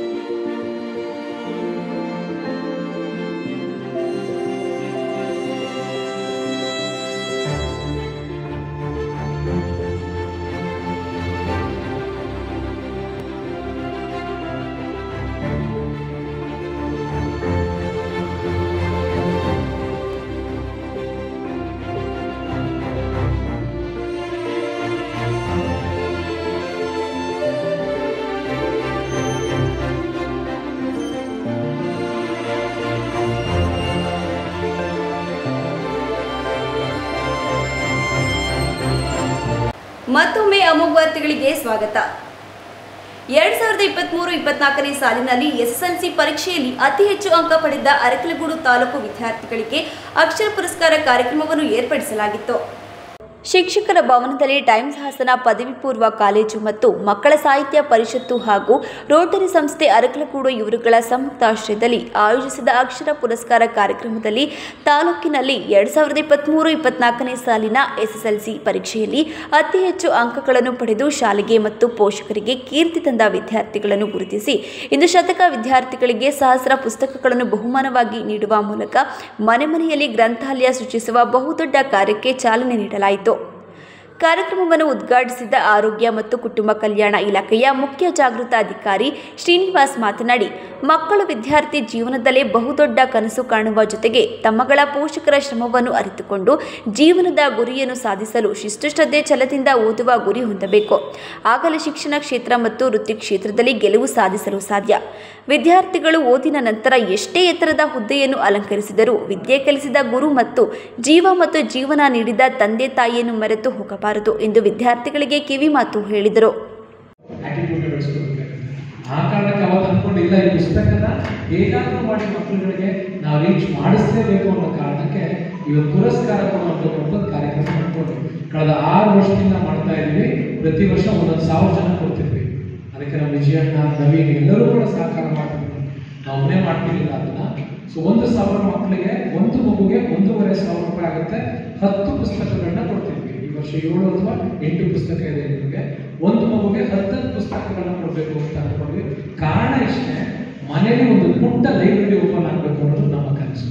ಅಟ್ಲೀಸ್ಟ್ ಆ ಪುಸ್ತಕಗಳನ್ನ ನೋಡ್ತಾ ಅದರ ಮುಂದಿನ ದಿನಗಳಲ್ಲಿ ಆ ಲೈಬ್ರರಿಯ ಸ್ಟ್ರೆಂತ್ ಹೆಚ್ಚಾಗಬೇಕು, ಓದುವ ಹವ್ಯಾಸ ಎರಡೂ ಆಗಬೇಕು ಅನ್ನೋ ಕಾರಣಕ್ಕೋಸ್ಕರ ಈ ಒಂದು ಪುರಸ್ಕಾರದ ಇನ್ನೇನೋ ಫಾರ್ಮೇಟ್ ಕೊಡೋದು, ಹಣ ಕೊಡೋದ್ರ ಬದಲು, ಇನ್ನೇನೋ ಪಾರಿತೋಷಕ ಕೊಡೋದ್ರ ಬದಲಾಗಿ ಪುಸ್ತಕನೇ ಕೊಡೋಣ ಅಂತ ಕಳೆದ 6 ವರ್ಷದಿಂದ ಜಿಲ್ಲೆಗೆ 1,000 ಮಕ್ಕಳಿಗೆ ಕೊಡ್ತಾ ಇದ್ದೀವಿ. ಸೊ ಈ ವರ್ಷ ನಾನು ನವೀನ್ ಯೋಚನೆ ಮಾಡಿದ್ವಿ, ಇನ್ಸ್ಟೆಡ್ ಆಫ್ ಜಿಲ್ಲೆಗೆ ಹಾಸನ ಕರ್ಸ್ಕೊಂಡು ಕೊಡೋದ್ರ ಬದಲು ಆಯಾ ತಾಲೂಕಿನಲ್ಲೇ 100 ಜನಕ್ಕೆ ಈ ಪುಸ್ತಕ ಕೊಡೋಣ ಅಂತ ಈ ಕಾರ್ಯಕ್ರಮನ ಹಮ್ಮಿಕೊಂಡಿದ್ದೀವಿ. ಅದ್ರ ಉದ್ದೇಶ ಕೂಡ ಚೆನ್ನಾಗಿದೆ. ಮತ್ತೊಂದು ಪ್ರಶ್ನೆ ಆಗುತ್ತೆ, ಸರ್ ಅಕ್ಷರ ಪುರಸ್ಕಾರ ಅಂತ ಏನಕ್ಕೆ ಹೆಸರಿಟ್ಟಿದ್ದೀರಾ ಅನ್ನೋ ಪ್ರಶ್ನೆ ಎಲ್ಲರಿಗೂ ತಿಳಿದಿರುತ್ತಾದ್ರೂ ಮತ್ತೊಮ್ಮೆ ಹೇಳ್ತೀನಿ. ಅಕ್ಷರ ಅಂದ್ರೆ ಎಂದು ನಶಿಸಕ್ಕಾಗದೆ ಇರೋದನ್ನ ಅಕ್ಷರ ಅಂತ ಕರೀತಾರೆ. ಯಾರನ್ನೂ ಅದನ್ನು ನಶಿಸಕ್ಕಾಗಲ್ಲ ಅಂತ ಒಂದು ಹೆಸರು. ಟೈಮ್ಸ್ ಹಾಸನ ಪದವಿ ಪೂರ್ವ ಕಾಲೇಜು ಕಾರ್ಯದರ್ಶಿ ಗಂಗಾಧರ್ ಇತ್ತೀಚಿನ ದಿನಗಳಲ್ಲಿ ಪುಸ್ತಕ ಓದುಗರು ಕ್ಷಣಿಸುತ್ತಿರುವುದನ್ನು ಮನಗೊಂಡು ಹಾಸನದಲ್ಲಿ ಅಕ್ಷರ ಬುಕ್ ಹೌಸ್ ಮಳಿಗೆಯನ್ನು ಪ್ರಾರಂಭಿಸಲಾಗಿದೆ. ಹಾಸನ ಜಿಲ್ಲೆಯಲ್ಲಿ ಮನೆ ಮನೆಗಳಲ್ಲಿ ಕಿರು ಗ್ರಂಥಾಲಯ ತೆರೆಯುವ ನಿಟ್ಟಿನಲ್ಲಿ ಎಸ್ಎಸ್ಎಲ್ಸಿ ಪರೀಕ್ಷೆಯಲ್ಲಿ ತೇರ್ಗಡೆಯಾದ ವಿದ್ಯಾರ್ಥಿಗಳಿಗೆ ಜಿಲ್ಲಾ ಮಟ್ಟದಲ್ಲಿ ಕಾರ್ಯಕ್ರಮ ಆಯೋಜಿಸಿ ಪುಸ್ತಕಗಳನ್ನು ಕೊಡುಗೆ ನೀಡಿ ಪ್ರೋತ್ಸಾಹಿಸಲಾಗುತ್ತಿದ್ದು, ಇದೇ ಮೊದಲ ಬಾರಿಗೆ ತಾಲೂಕು ಮಟ್ಟದಲ್ಲಿ ಅಕ್ಷರ ಪುರಸ್ಕಾರ ಎಂಬ ಕಾರ್ಯಕ್ರಮ ರೂಪಿಸಿ 100 ವಿದ್ಯಾರ್ಥಿಗಳಿಗೆ 10 ಪುಸ್ತಕಗಳನ್ನು ಬಹುಮಾನವಾಗಿ ನೀಡಿ ವಿದ್ಯಾರ್ಥಿಗಳ ಮನೆಗಳಲ್ಲಿ ಕಿರು ಗ್ರಂಥಾಲಯ ಸೃಷ್ಟಿಸುವ ಬಹುದೊಡ್ಡ ಕನಸು ಹೊಂದಿರುವುದಾಗಿ ತಿಳಿಸಿದರು. ನಮ್ಮ ಅಪ್ಪ ಅಮ್ಮನ ಸ್ಥಿತಿ ಯಾವ ತರ ಇರಬೇಕು ಅಂತ ನಿನಗೆ ಒಂದು ಮೆಂಟಲ್ ಪ್ಲಾನಿಂಗ್ ಏನ್ ಮಾಡೋದು ಏನಾಗುತ್ತೆ ಅಂತ. ನಾನು ಬೆಂಗಳೂರಿಂದ ಬಂದೆ, ಎಷ್ಟೋ ವರ್ಷಕ್ಕೆ ಬಂದೆ, ಗಂಗಾದಾಸಗೋಸ್ಕರ ಬಂದೆ ಇದ್ದೆ, ಅವ್ರಿಗೋಸ್ಕರ ಬಂದಿಲ್ಲ, ನಾನು ನನಗೋಸ್ಕರ ಬಂದಿದ್ದೀನಿ. ನನಗೆ ಪ್ಲಾನ್ ಇದೆ. ಯಾಕೆ ಬಂದೆ ಅಂತ, ನನಗೆ ಒಂದು 200 ಜನ ಮಕ್ಕಳು ಮಾತಾಡ್ಸೋದ್ರೆ ನನ್ನ ಶಾಲೆ, ನನ್ನ ಕ್ಲಾಸ್ ಮುಗಿದ ಮೇಲೆ ಒಂದು 10 ಜನ ನಾನು ತೇಸ್ ಮಾಡ್ಕೊಂಡು ಕೂತ್ಕೋತಾರೆ. ಇನ್ನೊಂದು 50 ಜನ ನಮ್ಮ ಬದುಕನ್ನು ಬದಲಾಯಿಸಬೇಕು ಅಂತ ತೀರ್ಮಾನ ತೆಗೆದುಕೊಳ್ತಾರೆ. ಆ ಒಂದು 100 ಜನ ಮಕ್ಕಳಿಗೆ ಒಂದು ಹೊಸ ಕನಸು ಹುಟ್ಕೊಳ್ಳುತ್ತೆ. ಅದನ್ನ ನೋಡಿ ನಾನು ಖುಷಿ ಪಡ್ತೀನಿ ಅಂತ ಆ ಖುಷಿಗೋಸ್ಕರ ಬಂದಿದ್ದೀನಿ. ನಿಮಗೆ ನಿನ್ನ ಖುಷಿ ಯಾವುದು? PUC ಮಾಡ್ತೀಯಾ, ಡಿಗ್ರಿ ಮಾಡ್ತೀಯಾ, ಮಾಸ್ಟರ್ ಡಿಗ್ರಿ ಮಾಡ್ತೀಯಾ? 5 ವರ್ಷ 10 ವರ್ಷ ಆದ್ಮೇಲೆ ನಿಮಗೆ ಏನು ಖುಷಿ ಇರುತ್ತೆ ಅಂತ ಇವತ್ತು ನೆನೆಸ್ಕೋಬೇಕು. ಯಾರೋ ರೈತರು ಬಂದ್ರು ಅಂದಿದ್ರು ಇಲ್ಲಿ ಪಾಪ ಹಳೆ ಲುಂಗಿ ಹಾಕೊಂಡು ಎಷ್ಟೋ ಜನ ಮಕ್ಕಳು ಮುಜುಗರ ಪಟ್ಕೋತಾರೆ. ಬೇಕಾದ್ರೆ ಅವ್ರ ತಂದೆ ತಾಯಿ ಬಂದ್ರೆ ನಮ್ಮ ಅವ್ವ ಹಳೆ ಸೀರೆ ಬಂದ್ಬಿಟ್ಟಾಳೆ, ಸ್ಕೂಲ್ದಾಗ ಯಾಕೆ ಬರ್ತೀನಿ ಅಂತ ಕೇಳಿರೋ ಮಕ್ಕಳನ್ನು ನೋಡಿದ್ದೀನಿ. ಮಕ್ಕಳ ನಾವು ಇವತ್ತೆಲ್ಲ ಎಷ್ಟು ಒಳ್ಳೆ ಬಟ್ಟೆ ಹಾಕೊಂಡು ಕೂತಿದ್ದೀವಿ. ನಮ್ಮನ್ನೆಲ್ಲ ಒಂದು ಕಾಲೇಜ್ ಸೇರಿಸಿದ್ರೆ ನಮ್ಮ ತಂದೆ ತಾಯಿಗಳ ತ್ಯಾಗ. ಅವರು ಹಳೆ ಬಟ್ಟೆ ಹಾಕೊಂಡು ಕೆಲಸ ಮಾಡಿಲ್ಲ ಅಂದ್ರೆ ಹೊರ ಗದ್ದೆಯಲ್ಲಿ ನಮ್ಗೆ ಹೊಸ ಬಟ್ಟೆ ಬರ್ತಿರ್ಲಿಲ್ಲ ಇವತ್ತು. ಆ ಖುಷಿ ನಿಮ್ಮಲ್ಲಿ ಇರ್ಬೇಕು. ನಾನು ತಿಂತಾ ಇರೋ ಪ್ರತಿ ತುತ್ತು ಅನ್ನ ನಮ್ಮ ತಂದೆ ತಾಯಿ ಮಾಡಿದಂತ ತ್ಯಾಗ. ಆ ಮೆಂಟಲ್ ಪ್ಲಾನಿಂಗ್ ಮಾಡ್ಕೊಂಡು ಈ ವಯಸ್ಸಿಗೆಲ್ಲ ನಿಮ್ಗೆ ಅನ್ನಿಸ್ತಾ ಇರ್ಬೇಕು. ಮಳೆ ಹೋಗ್ತಾ ಇದೆ, ಛತ್ರಿ ಇಟ್ಕೊಂಡು ಕೆಲಸ ಮಾಡ್ತಾ ಇರೋ ನಮ್ಮ ಅಪ್ಪ ಅಮ್ಮ. ಮಳೆ ಹೊರಟೋಗ್ಬಿಟ್ಟು ಒಂದ್ಸರಿ ಬರ, ಭತ್ತ ಎಲ್ಲ ನೆಂದೋಗ್ಬಿಡುತ್ತೆ. ಕೆಲಸಕ್ಕೆ ಆಳಿಸ್ಬೋದ್ರೆ ಎಷ್ಟು ಕಷ್ಟಪಡ್ತಾರೆ, ಅವ್ರು ಸಾಲ ಮಾಡಿದಾರೋ, ಇನ್ನೊಬ್ಬರ ಮನೆ ಕೂಲಿ ಮಾಡ್ತಾರೋ. ಕೇಳಿಸ್ಕೊಳ್ಳಿ ಮಕ್ಕಳ, ನಾವೆಲ್ಲರೂ ಉಸಿರಾಡ್ತಿದೀವಲ್ಲ ಈಗ. ನಿಮ್ಮ ತಂದೆ ತಾಯಿ, ನಮ್ಮ ತಂದೆ ತಾಯಿಗಳು ಅವರೆಷ್ಟು ಸರಿ ಉಸಿರಾಡ್ತಾರೋ ಅಷ್ಟು ಸರಿ ನಮ್ಗೆ ನೆನೆಸ್ತಾರೆ. ಇನ್ನೇನಿಲ್ಲ ಅವ್ರಿಗೆ, ನನ್ನ ಮಗ ಚೆನ್ನಾಗಿರ್ಲಿ, ನನ್ನ ಮಗಳು ಚೆನ್ನಾಗಿರ್ಲಿ. ಇವತ್ತು ನಾನು ಕಷ್ಟಪಡ್ತಾ ಇದ್ದೀನಿ, ನನ್ನ ಮಗಳು ಒಂದ್ಸಲ ಚೆನ್ನಾಗಿ ನೋಡ್ಕೊತಾಳೆ, ನನ್ನ ಕೀರ್ತಿ ತಗೊಂಡ್ಬರ್ತಾಳೆ. ನಿಮ್ಮ ಅಪ್ಪ ಅನ್ಕೋತಾನೆ, ಅಯ್ಯೋ ನನ್ನ ಮನೆ ಇಲ್ಲ, ನನ್ನ ಮಗ ದುಡ್ಡು ಮನೆ ಕಟ್ಕೊಡ್ತೇನೆ, ನಾನು ಮನೆ ಕಟ್ಟೋದ್ ಬೇಡ, ನಾನು ದುಡ್ದಿದ್ನೆಲ್ಲ ಓದೋದು ಖರ್ಚು ಮಾಡ್ತೀನಿ ನಾನು. ಇವತ್ತು ಸಮಾಜದಲ್ಲಿ ಮರ್ಯಾದೆ ಸಿಗ್ತಾ ಇಲ್ಲ. ಕೂಲಿ ಮಾಡ್ಬೇಕು, ನನ್ನ ಮಗಳು ನಮಗೆ ಗಂಟೆಯನ್ನು ತಂದುಕೊಡ್ತವೆ ಅಂತ ನಿಮ್ಮ ಪ್ರತಿ ತಂದೆ. ಕಾರ್ಯಕ್ರಮದಲ್ಲಿ ಹಾಸನ ಪಿಯು ಕಾಲೇಜು ಪ್ರಾಂಶುಪಾಲ ನವೀನ್ ಕುಮಾರ್, ರೋಟರಿ ಕ್ಲಬ್ ಅಧ್ಯಕ್ಷ ವಿಜಯ್ ಕುಮಾರ್, ಪಟ್ಟಣ ಪಂಚಾಯಿತಿ ಸದಸ್ಯ ರಮೇಶ್ ವಾಟಳ್, ಪ್ರಶಾಂತ್ ಸಂತೋಷ್, ಉಪನ್ಯಾಸಕರಾದ ಕೃಷ್ಣಮೂರ್ತಿ, ರಾಕೇಶ್ ಹಾಜರಿದ್ದರು. ಎಸ್ಎಸ್ಎಲ್ಸಿ ಮತ್ತು ಪಿಯುಸಿ ಪರೀಕ್ಷೆಯಲ್ಲಿ ಅತಿ ಹೆಚ್ಚು ಅಂಕ ಗಳಿಸಿರುವ ಹಾಸನ ಜಿಲ್ಲೆಯ ವಿದ್ಯಾರ್ಥಿಗಳಿಗೆ ಜುಲೈ 13ರಂದು ಪ್ರತಿಭಾ ಪುರಸ್ಕಾರವನ್ನು ಹಮ್ಮಿಕೊಳ್ಳಲಾಗಿದೆ ಎಂದು ಜಿಲ್ಲಾ ಸರ್ಕಾರಿ ನೌಕರರ ಸಂಘದ ಅಧ್ಯಕ್ಷ ಇ ಕೃಷ್ಣೇಗೌಡ ತಿಳಿಸಿದರು. ಪತ್ರಿಕಾಗೋಷ್ಠಿಯಲ್ಲಿ ಮಾತನಾಡಿದ ಅವರು 2023-24ನೇ ಸಾಲಿನಲ್ಲಿ ಎಸ್ಎಸ್ಎಲ್ಸಿ ಮತ್ತು ಪಿಯುಸಿ ಪರೀಕ್ಷೆಯಲ್ಲಿ ಅತಿ ಹೆಚ್ಚು ಅಂಕ ಗಳಿಸಿರುವ ಹಾಸನ ಜಿಲ್ಲೆಯ ಎಲ್ಲ 8 ತಾಲೂಕುಗಳಿಂದ ಒಟ್ಟು ಎಸ್ಎಸ್ಎಲ್ಸಿಯಲ್ಲಿ 220 ವಿದ್ಯಾರ್ಥಿಗಳು ಮತ್ತು ಪಿಯುಸಿಯಲ್ಲಿ 215 ವಿದ್ಯಾರ್ಥಿಗಳು ಸೇರಿ ಒಟ್ಟು 435 ಪ್ರತಿಭಾನ್ವಿತ ವಿದ್ಯಾರ್ಥಿಗಳನ್ನು ಕರ್ನಾಟಕ ರಾಜ್ಯ ಸರ್ಕಾರಿ ನೌಕರರ ಸಂಘದ ಕೇಂದ್ರ ಮತ್ತು ಜಿಲ್ಲಾ ಸಂಘದ ವತಿಯಿಂದ ಪ್ರತಿಭಾ ಪುರಸ್ಕಾರಕ್ಕೆ ಆಯ್ಕೆ ಮಾಡಲಾಗಿರುತ್ತದೆ. ಜಿಲ್ಲಾ ಕಾರ್ಯಕಾರಿ ಸಮಿತಿಯ ನಿರ್ಧಾರದಂತೆ ಹಾಸನ ಜಿಲ್ಲೆಯ ರಾಜ್ಯ ಸರ್ಕಾರಿ ನೌಕರರ ಮಕ್ಕಳಿಗೆ ಜಿಲ್ಲಾ ಮಟ್ಟದ ಪ್ರತಿಭಾ ಪುರಸ್ಕಾರ ಸಮಾರಂಭವನ್ನು 2024ರ ಜುಲೈ 13ರ ಶನಿವಾರದಂದು ಹಾಸನಾಂಬ ಕಲಾಕ್ಷೇತ್ರದಲ್ಲಿ ಮಧ್ಯಾಹ್ನ 3 ಗಂಟೆಗೆ ಏರ್ಪಡಿಸಲಾಗಿದೆ. ಎಸ್ಎಸ್ಎಲ್ಸಿ ಮತ್ತು ಪಿಯುಸಿ ಪರೀಕ್ಷೆಯಲ್ಲಿ ಅತಿ ಹೆಚ್ಚು ಅಂಕ ಗಳಿಸಿ ಪ್ರತಿಭಾ ಪುರಸ್ಕಾರಕ್ಕೆ ಆಯ್ಕೆಯಾಗಿರುವ ಹಾಸನ ಜಿಲ್ಲೆಯ ಎಲ್ಲ 8 ತಾಲೂಕುಗಳ ವಿದ್ಯಾರ್ಥಿಗಳನ್ನು ಕಾರ್ಯಕ್ರಮಕ್ಕೆ ಈ ಮೂಲಕ ಆಹ್ವಾನಿಸಲಾಗಿರುತ್ತದೆ. ವಿದ್ಯಾರ್ಥಿಗಳು ಹಾಗೂ ಪೋಷಕರು ಪ್ರತಿಭಾ ಪುರಸ್ಕಾರ ಕಾರ್ಯಕ್ರಮಕ್ಕೆ ಬರುವಾಗ ಕಡ್ಡಾಯವಾಗಿ ವಿದ್ಯಾರ್ಥಿಯ ಅಂಕಪಟ್ಟಿಯನ್ನು ಹಾಗೂ ಒಂದು ಗುರುತಿನ ಚೀಟಿಯನ್ನು ತರತಕ್ಕದ್ದು ಮತ್ತು ಸಮಯಕ್ಕೆ ಸರಿಯಾಗಿ ಆಗಮಿಸಿ ಪುರಸ್ಕಾರವನ್ನು ಸ್ವೀಕರಿಸಿ ಸಮಾರಂಭ ಯಶಸ್ವಿಯಾಗಿ ನಡೆಯಲು ಸಹಕರಿಸಬೇಕೆಂದು ಕೋರಿದರು. ನಮ್ಮದು ಹಾಸನ ಜಿಲ್ಲೆಯಲ್ಲಿ ಕರ್ನಾಟಕ ರಾಜ್ಯ ಸರ್ಕಾರಿ ನೌಕರರ ಸಂಘದ ಹಾಸನ ಜಿಲ್ಲೆ ಎಲ್ಲ ಸರ್ಕಾರಿ ಅಧಿಕಾರಿ ನೌಕರರ ಪ್ರತಿಭಾನ್ವಿತ ಮಕ್ಕಳಿಗೆ ಸುಮಾರು 90%ಗಿಂತ ಹೆಚ್ಚು ಅಂಕ ಗಳಿಸಿದ ಮಕ್ಕಳುಗಳು ಆನ್ಲೈನಲ್ಲಿ ಅರ್ಜಿ ಕಾಲ್ ಮಾಡಿದ್ದು. SLCಲಿ 220 ಮಕ್ಕಳು, PUCಲಿ 215 ಮಕ್ಕಳು, ಒಟ್ಟಾರೆ 435 ವಿದ್ಯಾರ್ಥಿಗಳು ನಮ್ಮ ವಿದ್ಯಾರ್ಥಿನಿಯರು ನಮ್ಮ ಹಾಸನ ಜಿಲ್ಲೆಯಲ್ಲಿ ಇವತ್ತು ನೋಂದಣಿಯಾಗಿ ಪ್ರತಿಭಾ ಪುರಸ್ಕಾರಕ್ಕೆ ಅರ್ಹರಾಗಿರ್ತಾರೆ. ಅವರಿಗೆ ದಿನಾಂಕ 13/7/2024 ಶನಿವಾರದಂದು ಹಾಸನಾಂಬ ಕಲಾಕ್ಷೇತ್ರದಲ್ಲಿ ಅವರಿಗೆ ಒಂದು ಕಾರ್ಯಕ್ರಮ ಇಟ್ಕೊಂಡಿದ್ವಿ. ಆ ಕಾರ್ಯಕ್ರಮಕ್ಕೆ ಹಾಸನ ಜಿಲ್ಲೆಯ ಎಲ್ಲ ಜನಪ್ರತಿನಿಧಿಗಳು ಮತ್ತು ನಮ್ಮ ಕರ್ನಾಟಕ ರಾಜ್ಯ ಸರ್ಕಾರಿ ನೌಕರರ ರಾಜ್ಯಾಧ್ಯಕ್ಷರಾದ ಷಡಾಕ್ಷರಿ ಸಾಹೇಬರು ಮತ್ತು ಎಲ್ಲ ನಮ್ಮ ತಾಲೂಕು ಅಧ್ಯಕ್ಷಗಳು, ಜಿಲ್ಲಾ ಪದಾಧಿಕಾರಿಗಳು ಎಲ್ಲ ಕೂಡ ಭಾಗವಹಿಸಬೇಕು. ಅದ್ರ ಜೊತೆಗೆ ನಮ್ಮ ಮಕ್ಕಳುಗಳು ಏನು ನೋಂದಣಿಯಾಗಿರೋ ಅವರ ಪೋಷಕರು ಮಕ್ಕಳುಗಳು ಹೆಚ್ಚಿನ ಸಂಖ್ಯೆಯಲ್ಲಿ ಅವತ್ತು 3 ಗಂಟೆ ಶನಿವಾರ ನಡೆಯೋ ಕಾರ್ಯಕ್ರಮಕ್ಕೆ ಭಾಗವಹಿಸಿ ಕಾರ್ಯಕ್ರಮವನ್ನು ಯಶಸ್ವಿಗೊಳಿಸಬೇಕು ಅಂತ ತಮ್ಮ ಮೂಲಕ ಮನವಿ ಮಾಡ್ಕೊಳ್ತೀನಿ. ಪತ್ರಿಕಾಗೋಷ್ಠಿಯಲ್ಲಿ ಜಿಲ್ಲಾ ಸರ್ಕಾರಿ ನೌಕರರ ಸಂಘದ ಗೌರವಾಧ್ಯಕ್ಷ ಕುಮಾರಸ್ವಾಮಿ, ರಾಜ್ಯ ಸಂಘಟನಾ ಕಾರ್ಯದರ್ಶಿ ಡಾಕ್ಟರ್ ಲಕ್ಷ್ಮೀಕಾಂತ್, ಲೆಕ್ಕ ಪರಿಶೋಧಕರಾದ ವೈಟಿ ಶಂಕರಯ್ಯ ಉಪಸ್ಥಿತರಿದ್ದರು. ಮೀನು ವ್ಯಾಪಾರ ಮಾಡಲು ಪರ್ಯಾಯ ವ್ಯವಸ್ಥೆ ಮಾಡಿಕೊಡುವಂತೆ ಆಗ್ರಹಿಸಿ ಬೀದಿ ಬದಿ ವ್ಯಾಪಾರ ಮಾಡುವ ಮೀನು ವ್ಯಾಪಾರಸ್ಥರು ಶ್ರೀ ಗಂಗಾ ಪರಮೇಶ್ವರಿ ಗಂಗಾ ಮತಸ್ಥರ ಮಹಿಳಾ ಸಂಘದ ವತಿಯಿಂದ ಜಿಲ್ಲಾಡಳಿತಕ್ಕೆ ಮನವಿ ಸಲ್ಲಿಸಿದರು. ಮೀನು ವ್ಯಾಪಾರಸ್ಥರಾದ ಪದ್ಮಶಿವನಂಜು ಮಾಧ್ಯಮದೊಂದಿಗೆ ಮಾತನಾಡಿ, ಹಾಸನ ನಗರ ಮತ್ತು ಸುತ್ತಮುತ್ತಲಿನ ಹಳ್ಳಿಗಳಲ್ಲಿ ಗಂಗಾಮತಕ್ಕೆ ಸೇರಿದ 100 ಕುಟುಂಬಗಳು ಕೆರೆ ಬೇಟೆ ಆಡಿ ಮೀನು ವ್ಯಾಪಾರ ಮಾಡಿಕೊಂಡು ಜೀವನ ನಿರ್ವಹಣೆ ಮಾಡುತ್ತಾ ಇರುತ್ತಾರೆ. ಕೆರೆ ಬೇಟೆ ಮಾಡಿದ ಮೀನುಗಳನ್ನು ಹಾಸನ ನಗರಕ್ಕೆ ತಂದು ಬೀದಿ ಬದಿಯಲ್ಲಿ ಮಾರಾಟ ಮಾಡಿ ಜೀವನ ಸಾಗಿಸುತ್ತಿರುತ್ತೇವೆ ಎಂದರು. ಆದರೆ ಇತ್ತೀಚೆಗೆ ಕೆಲವು ಅಧಿಕಾರಿಗಳು ಬೀದಿ ಬದಿ ಮಾರಾಟ ಮಾಡುತ್ತಿದ್ದ ನಮ್ಮನ್ನು ಎತ್ತಂಗಡಿ ಮಾಡುವಂತೆ ಪೀಡಿಸುತ್ತಿದ್ದು, ಮೀನು ಮಾರಾಟಕ್ಕೆ ಹೋಗಿ ಎಂದು ಹೇಳಿದ್ದು, ಆದರೆ ಅಲ್ಲಿ 4 ಜನ ಕುಳಿತು ವ್ಯಾಪಾರ ಮಾಡಲು ಸ್ಥಳ ಇರುವುದಿಲ್ಲ. ನಮಗೆ ಬೇರೆ ಕಡೆಯಾದರೂ ಅವಕಾಶ ಕೊಡಬೇಕು ಎಂದು ಹೇಳಿದರು. ರಸ್ತೆ ಬದಿ ಮೀನು ಮಾರಬೇಡಿ ಅಂತ ನಮ್ಮನ್ನು ಆಚೆಗೆ ನಗರಸಭೆ ಅಧಿಕಾರಿಗಳಿರ್ಬೋದು, ಮಾನ್ಯ ಜಿಲ್ಲಾಧಿಕಾರಿಗಳಿರೋದು ಬೇಡ ಅಂತ ಹೇಳ್ತಾ ಇದ್ದಾರೆ. ಬೇಡ ಅಂತ ಹೇಳಿದ್ಮೇಲೆ ನಾವು ಜೀವನ ಹೇಗೆ ಮಾಡೋದು?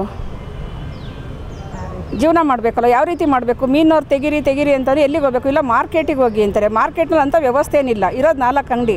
ನಾವೊಂದು 50ರಿಂದ 60 ಜನ ಇದ್ದೀವಿ ವ್ಯಾಪಾರ ಮಾಡಲಿಕ್ಕೆ. ಇವತ್ತು ನೀವು ತೆಗೀರಿ ಅಂತ ಹೇಗೆ ತೆಗೆಸ್ಬಿಟ್ರೆ ನಾವು ಎಲ್ಲಿ ಹೋಗ್ಬೇಕು ಜೀವನ ಮಾಡೋಕ್ಕೆ? ಇಲ್ಲ ನಮ್ಗೆ ಪರ್ಯಾಯ ವ್ಯವಸ್ಥೆ ಮಾಡಿಕೊಡ್ಬೇಕಲ್ವ? ಅವರು ಮಾಡಿಕೊಟ್ರೆ ಮಾಡ್ಬೋದು. ನಗರಸಭೆ ಅಧಿಕಾರಿಗಳು ಬರ್ತಾರೆ, ತೆಗೀರಮ್ಮ ಮಾರ್ಕೆಟಲ್ಲಿ ತೆಗೀರಮ್ಮ, ಮೀನು ಬೀದಿಯಲ್ಲಿ ಮಾರಬೇಡಿ ಕಾಯಿಲೆ ಬರುತ್ತೆ ಅಂದರೆ, ಮೀನು ಒಂದರಿಂದನೇ ಕಾಯಿಲೆ ಬರುತ್ತಾ? ಬೇರೆ ಏನಿಂದ ಕಾಯಿಲೆ ಬರ್ತಾ ಇಲ್ವಾ? ಹಾಗೆ ಪ್ರತಿಯೊಬ್ಬರನ್ನು ತೆಗೆಸ್ಬೇಕು. ಬೀದಿ ಬದಿ ಮಾರರ ಮೇಲೆ ಯಾಕೆ ಇವ್ರಿಗೆಲ್ಲ ಬೇಜಾರಿಸ್ಬೇಕು ತೆಗ್ಸಿದ್ರೆ? ಇವತ್ತು ಬಡವ್ರನ್ನೇ ಇವ್ರು ಗುರಿಯಾಗಿ ಇಟ್ಸ್ಕೊಂಡು ಬಡವ್ರನ್ನೇ ತೆಗೀರಿ ಅಂದರೆ ಇಲ್ಲ ನಮ್ಮ ಮಕ್ಳಿಗೆ ನಾವು ಏನು ಮಾಡಬೇಕು? ಇಲ್ಲ ಮಕ್ಳನ್ನ ಕಳ್ತನ ಕಳಿಸ್ಬೇಕು, ನಾವು ಲೇಡೀಸ್ಗಳು ವಿಷ ಕುಡಿಬೇಕು. ಅದನ್ನು ಮಾಡಿದ್ರೆ ಸರ್ಕಾರ ತಣ್ಣಗಾಗುತ್ತಾ? ಬೀದಿ ಬದಿ ವ್ಯಾಪಾರ ಮಾಡೋಕ್ಕೆ ಅವಕಾಶ ಮಾಡಿ, ಇಲ್ಲ ನಮಗೆ ಪರ್ಯಾಯ ವ್ಯವಸ್ಥೆ ಮಾಡಿಕೊಡಿ, ಒಳ್ಳೆ ಸೂಕ್ತವಾದ ಜಾಗ ಕೊಡಿ ಅಂತ ನಾವು ಈ ಮೂಲಕ ಕೇಳ್ಕೊಳ್ಳೋಕೆ ಇಷ್ಟಪಡ್ತೀವಿ. ಪ್ರತಿಭಟನೆಯಲ್ಲಿ ಜಯಮ್ಮ, ಗಣೇಶ್, ಪ್ರವೀಣ್, ಶಿವಾನಂದ್, ರೂಪಾ, ಸುಭದ್ರಾ, ಆಶಾ, ಚಂದ್ರಕಲಾ, ದೇವರಾಜು, ನಾಗಮಣಿ, ಮಂಜು, ರತ್ನ ಮಂಜುಳಾ, ಮುರಳಿ, ರಾಜಣ್ಣ, ಚಂದ್ರಶೇಖರ್, ಮಧು ಉಪಸ್ಥಿತರಿದ್ದರು.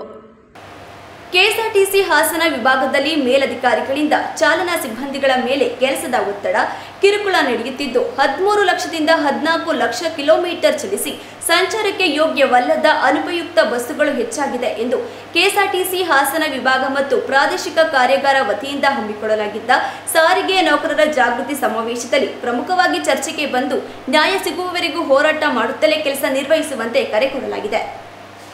KSRTC stop and works federation ಅಧ್ಯಕ್ಷ ಎಚ್.ವಿ. ಅನಂತ ಸುಬ್ಬರಾವ್ ಮಾತನಾಡಿ, ಡಾಕ್ಟರ್ ಬಿ.ಆರ್. ಅಂಬೇಡ್ಕರ್ ಅವರು ಸಂವಿಧಾನ ಕೊಟ್ಟಿರುವುದರಿಂದ ಇವತ್ತು ನಾವುಗಳು ಈ ಸಮಾವೇಶ ನಡೆಸಲು ಅವಕಾಶ ಸಿಕ್ಕಿದೆ. ಈ ಜಾತಿಗಳ ಸೃಷ್ಟಿ ಮಾಡಿದವರು ಯಾರು? ನಮ್ಮ ಎಐಟಿಯುಸಿ ಎನ್ನುವುದು ಹಳೆಯ ಸಂಘಟನೆ. ಪಂಡಿತ್ ಜವಾಹರ್ಲಾಲ್ ನೆಹರು ಸ್ವತಂತ್ರ ಹೋರಾಟದಲ್ಲಿ 10 ವರ್ಷಗಳ ಕಾಲ ಜೈಲಿನಲ್ಲಿದ್ದರು. ಅನೇಕ ಪುಸ್ತಕ ಬರೆದಿದ್ದು ಅಂತಹ ಮೇಧಾವಿ ಇದ್ದರು. ಸುಭಾಷ್ ಚಂದ್ರ ಬೋಸ್ ಕೂಡ ಅಧ್ಯಕ್ಷರಾಗಿದ್ದರು. ಪ್ರತಿಭಟನೆ ಎಂಬುದು ಹಿಂದಿನಿಂದಲೇ ಬಂದಿದೆ. 1926 ಬ್ರಿಟಿಷ್ ಕಾಲದಲ್ಲೇ ಈ ಹೋರಾಟದ ಹಕ್ಕು ಬಂದಿತ್ತು. ಆದರೆ ಇವತ್ತು ಹಾಸನದಲ್ಲಿ ನಮ್ಮ ಸಂಘಟನೆಯಿಂದ ಸಮಾವೇಶ ಮಾಡುತ್ತೇವೆ ಎಂದರೆ ಕೆಎಸ್ಆರ್ಟಿಸಿ ಡಿಸಿಯಿಂದ ಹಿಡಿದು ಡಿಪೋ ಮ್ಯಾನೇಜರ್ ವರೆಗೂ ಡಿಎಂ ವರೆಗೂ ಚಾಲಕರಿಗೆ ಹೋಗದಂತೆ ತಡೆದು ಕೆಲಸ ಮಾಡುವಂತೆ ಸೂಚನೆ ಕೊಡುತ್ತಾರೆ. ಮುಂದಿನ ದಿನಗಳಲ್ಲಿ ಪ್ರತಿಭಟನೆ ಮಾಡಿ ಇಂತಹ ಸಮಾವೇಶ ಮಾಡಲಾಗುವುದು ಎಂದು ಹೇಳಿದರು.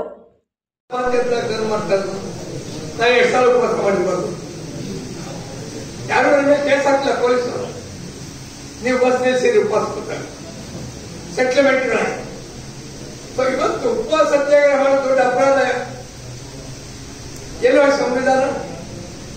ಮನುಧರ್ಮಶಾಸ್ತ್ರ ಈ ಜಾತಿಯ ವ್ಯವಸ್ಥೆಯನ್ನ ಡೇಟ್ ಮಾಡಿ ಸಾಮಾಜಿಕ ನ್ಯಾಯದ ಬದಲು ಸಾಮಾಜಿಕ ಶೋಷಣೆಯನ್ನು ಜಾಸ್ತಿ ಮಾಡಲಿಕ್ಕೆ ಮೋದಿ ಕಂಪನಿ ಹೊರಟಿದೆ.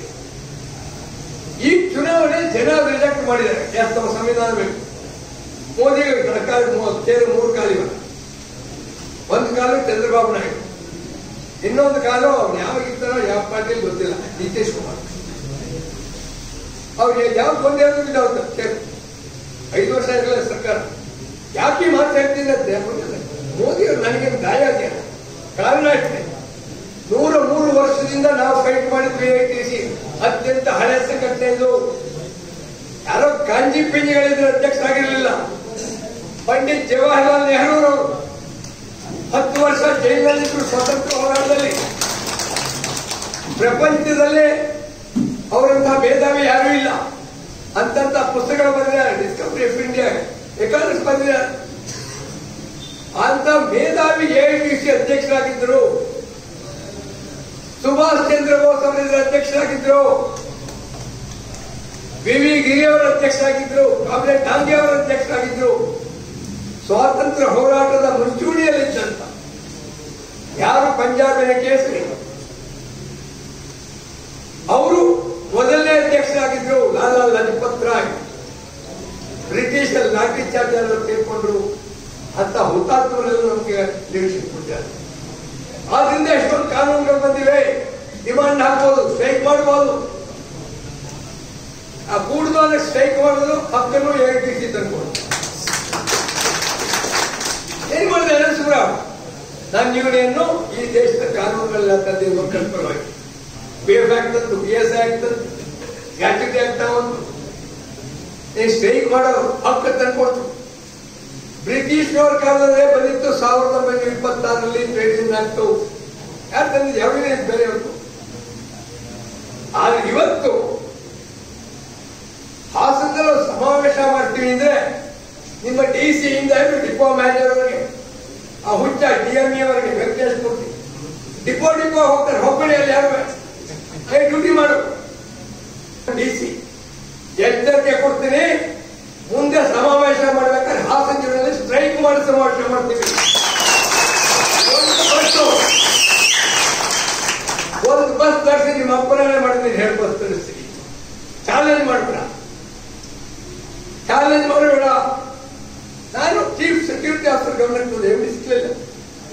ವಿಧಾನಸೌಧ ಸಿಎಂ ಜೊತೆ ಮೀಟಿಂಗ್ ಅಲ್ಲಿ ಇವರೆಲ್ಲ ಫೋನ್ ಮಾಡಿರಲ್ಲ. ಲಿಂಗರಾಜ್ ಅವರು ನಾನು ಹೇಳಿದೆ, ಏನಪ್ಪ ಒಂದು ಏನ್ ಸಮಾವೇಶ 1000 ಜನ ಬರಲ್ಲ, ಇಂಥ ಒಂದು ಡಿಪೋಗೆ ಹೋಗ್ಬೇಕು.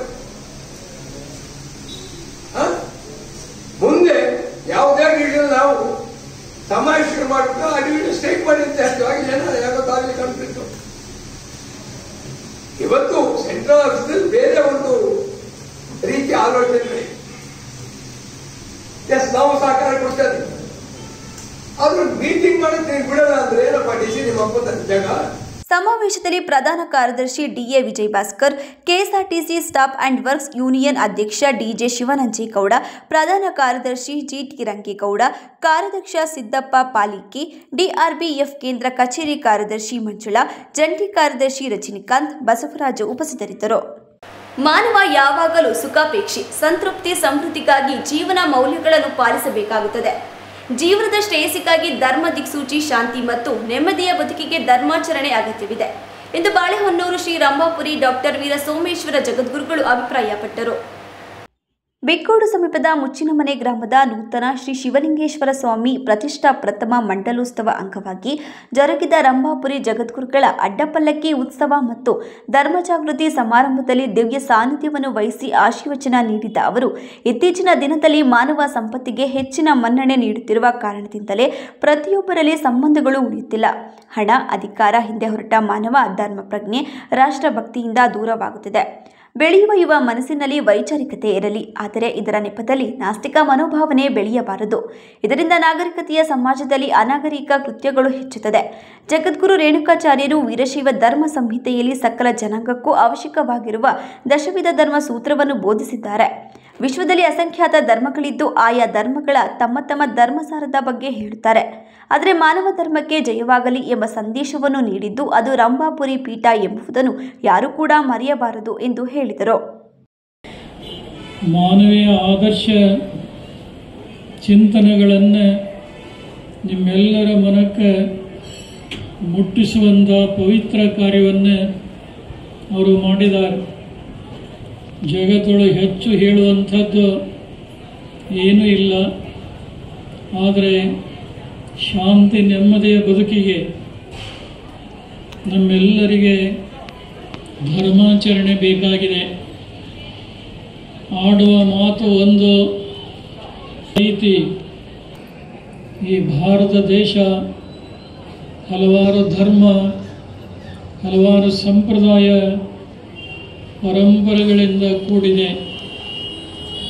ಧರ್ಮ ಬೇರೆ ಬೇರೆ ಆದರೂ ಸಂಪ್ರದಾಯಗಳು, ಆಚರಣೆಗಳು ಬೇರೆ ಬೇರೆ ಆದರೂ ಆ ಎಲ್ಲ ಧರ್ಮಗಳ ಕೊನೆಯ ಗುರಿ ಏನಿದೆ ಅದು ಮಾನವರ ಕಲ್ಯಾಣವನ್ನೇ ಬಯಸ್ತಾ ಇದೆ ಹೊರತು ಬೇರೇನೂ ಕೂಡ ಅಲ್ಲ. ಆ ಕಾರಣದಿಂದ ಶ್ರೀ ಜಗದ್ಗುರು ರಂಭಾಪುರಿಯ ಪೀಠದ ಪರಮ ತಪಸ್ವಿ ಶ್ರೀಮದ್ ರಂಭಾಪುರಿ ವೀರಗಂಗಾಧರ ಜಗದ್ಗುರುಗಳವರು ಮಾನವ ಧರ್ಮಕ್ಕೆ ಜಯವಾಗಲಿ, ಧರ್ಮದಿಂದಲೇ ವಿಶ್ವಕ್ಕೆ ಶಾಂತಿ ಅನ್ನುವಂಥ ವಿಶಾಲ ಸಂದೇಶವನ್ನು ಈ ನಾಡಿಗೆ ಕೊಟ್ಟಿದ್ದಾರೆ. ಇವತ್ತಿನ ದಿನಗಳಲ್ಲಿ ತಾವೆಲ್ಲ ನೋಡ್ತಾ ಇದ್ದೀರಿ, ಅವರವರ ಧರ್ಮಕ್ಕೆ, ಅವರವರ ಜಾತಿ ಜನಾಂಗಕ್ಕೆ ಒಳ್ಳೆಯದಾಗಲಿ ಅಂತ ಹೇಳೋರು ಭಾಳ ಜನ.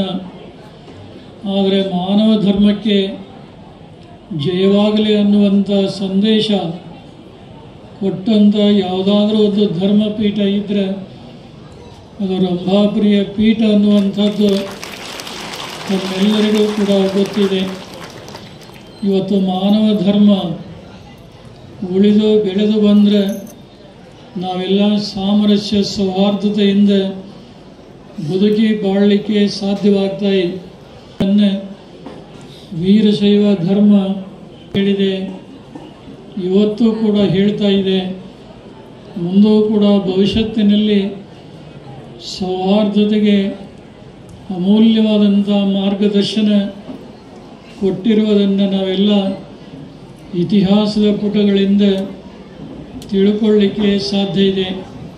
ಸಮಾರಂಭದಲ್ಲಿ ಆಲೂರು ತಾಲೂಕು ಕಾರ್ಚುವಳಿ ಸಂಸ್ಥಾನ ಹಿರೇಮಠದ ಪೂಜ್ಯ ಶ್ರೀ ಶ್ರೀ ಸದಾಶಿವ ಶಿವಾಚಾರ್ಯ ಸ್ವಾಮೀಜಿ, ಕಡೆನಂದಿಹಳ್ಳಿ ರೇವಣ ಸಿದ್ದೇಶ್ವರ ಶಿವಾಚಾರ್ಯ ಸ್ವಾಮೀಜಿ, ಹಾರನಹಳ್ಳಿ ಶಿವಯೋಗಿ ಶ್ರೀ ಶಾಸಕ ಎಚ್.ಕೆ. ಸುರೇಶ್, ಮಾಜಿ ಶಾಸಕ ಕೆ.ಎಸ್. ಲಿಂಗೇಶ್, ಕಾಂಗ್ರೆಸ್ ಮುಖಂಡ ಗ್ರಾನೆಟ್ ರಾಜಶೇಖರ್, ತಾಲೂಕು ಕಾಫಿ ಬೆಳೆಗಾರರ ಸಂಘದ ಅಧ್ಯಕ್ಷ ಅದ್ದೂರಿ ಕುಮಾರ್ ಗುರುಸ್ವಾಮಿ ಹಾಜರಿದ್ದರು. ಕೊನೆಯಲ್ಲಿ ಮತ್ತೊಮ್ಮೆ ಮುಖ್ಯಾಂಶಗಳು. ಡೆಂಗ್ಯೂ ಹೆಚ್ಚಳ ಹಿನ್ನೆಲೆ ನಗರಸಭೆ ಮತ್ತು ಆರೋಗ್ಯ ಇಲಾಖೆ ಜಂಟಿಯಾಗಿ ಕೆಲಸ ಮಾಡಲು ಶಾಸಕ ಎಚ್.ಪಿ. ಸ್ವರೂಪ್ ಸಲಹೆ. ಕನಿಷ್ಠ ಯಾವುದೇ ಮೂಲಭೂತ ಸೌಕರ್ಯಗಳಿಲ್ಲದೆ ಕೆಸರುಗದ್ದೆಯಲ್ಲಿ ಸೊಳ್ಳೆಗಳ ತಾಣಗಳಲ್ಲಿ ಸಂತೆ ನಡೆಸುವ ಪರಿಸ್ಥಿತಿ ನಿರ್ಮಾಣವಾಗಿದೆ ಎಂದು ಬೇಲೂರಿನಲ್ಲಿ ವ್ಯಾಪಾರಸ್ಥರ ಆಕ್ರೋಶ. ಡೆಂಗ್ಯೂ ಹೆಚ್ಚಳ ಹಿನ್ನೆಲೆ ಸರ್ಕಾರಿ ಆಸ್ಪತ್ರೆಗೆ ಶಾಸಕ ಎಚ್.ಕೆ. ಸುರೇಶ್ ದಿಢೀರ್ ಭೇಟಿ ನೀಡಿ ಪರಿಶೀಲನೆ. ಮತ್ತು ಕಾವೇರಿ ವಿವಾದ ಕೃತಿಕರ್ತರಾದ ಶ್ರೀ ಚಂದ್ರಶೇಖರ್ ಪ್ರಜ್ಞಾವಂತರಿಗೆ ಕಣ್ಣು ತೆರೆಸುವ ಕೆಲಸವನ್ನು ಮಾಡಿದ್ದಾರೆ, ಮಾಜಿ ಶಾಸಕ ಎಚ್.ಟಿ. ರಾಮಸ್ವಾಮಿ ಹೇಳಿಕೆ. ಮುಂದಿನ ವಾರ್ತಾ ಸಂಚಿಕೆಯೊಂದಿಗೆ ಮತ್ತೆ ಭೇಟಿಯಾಗೋಣ. ವಂದನೆಗಳು.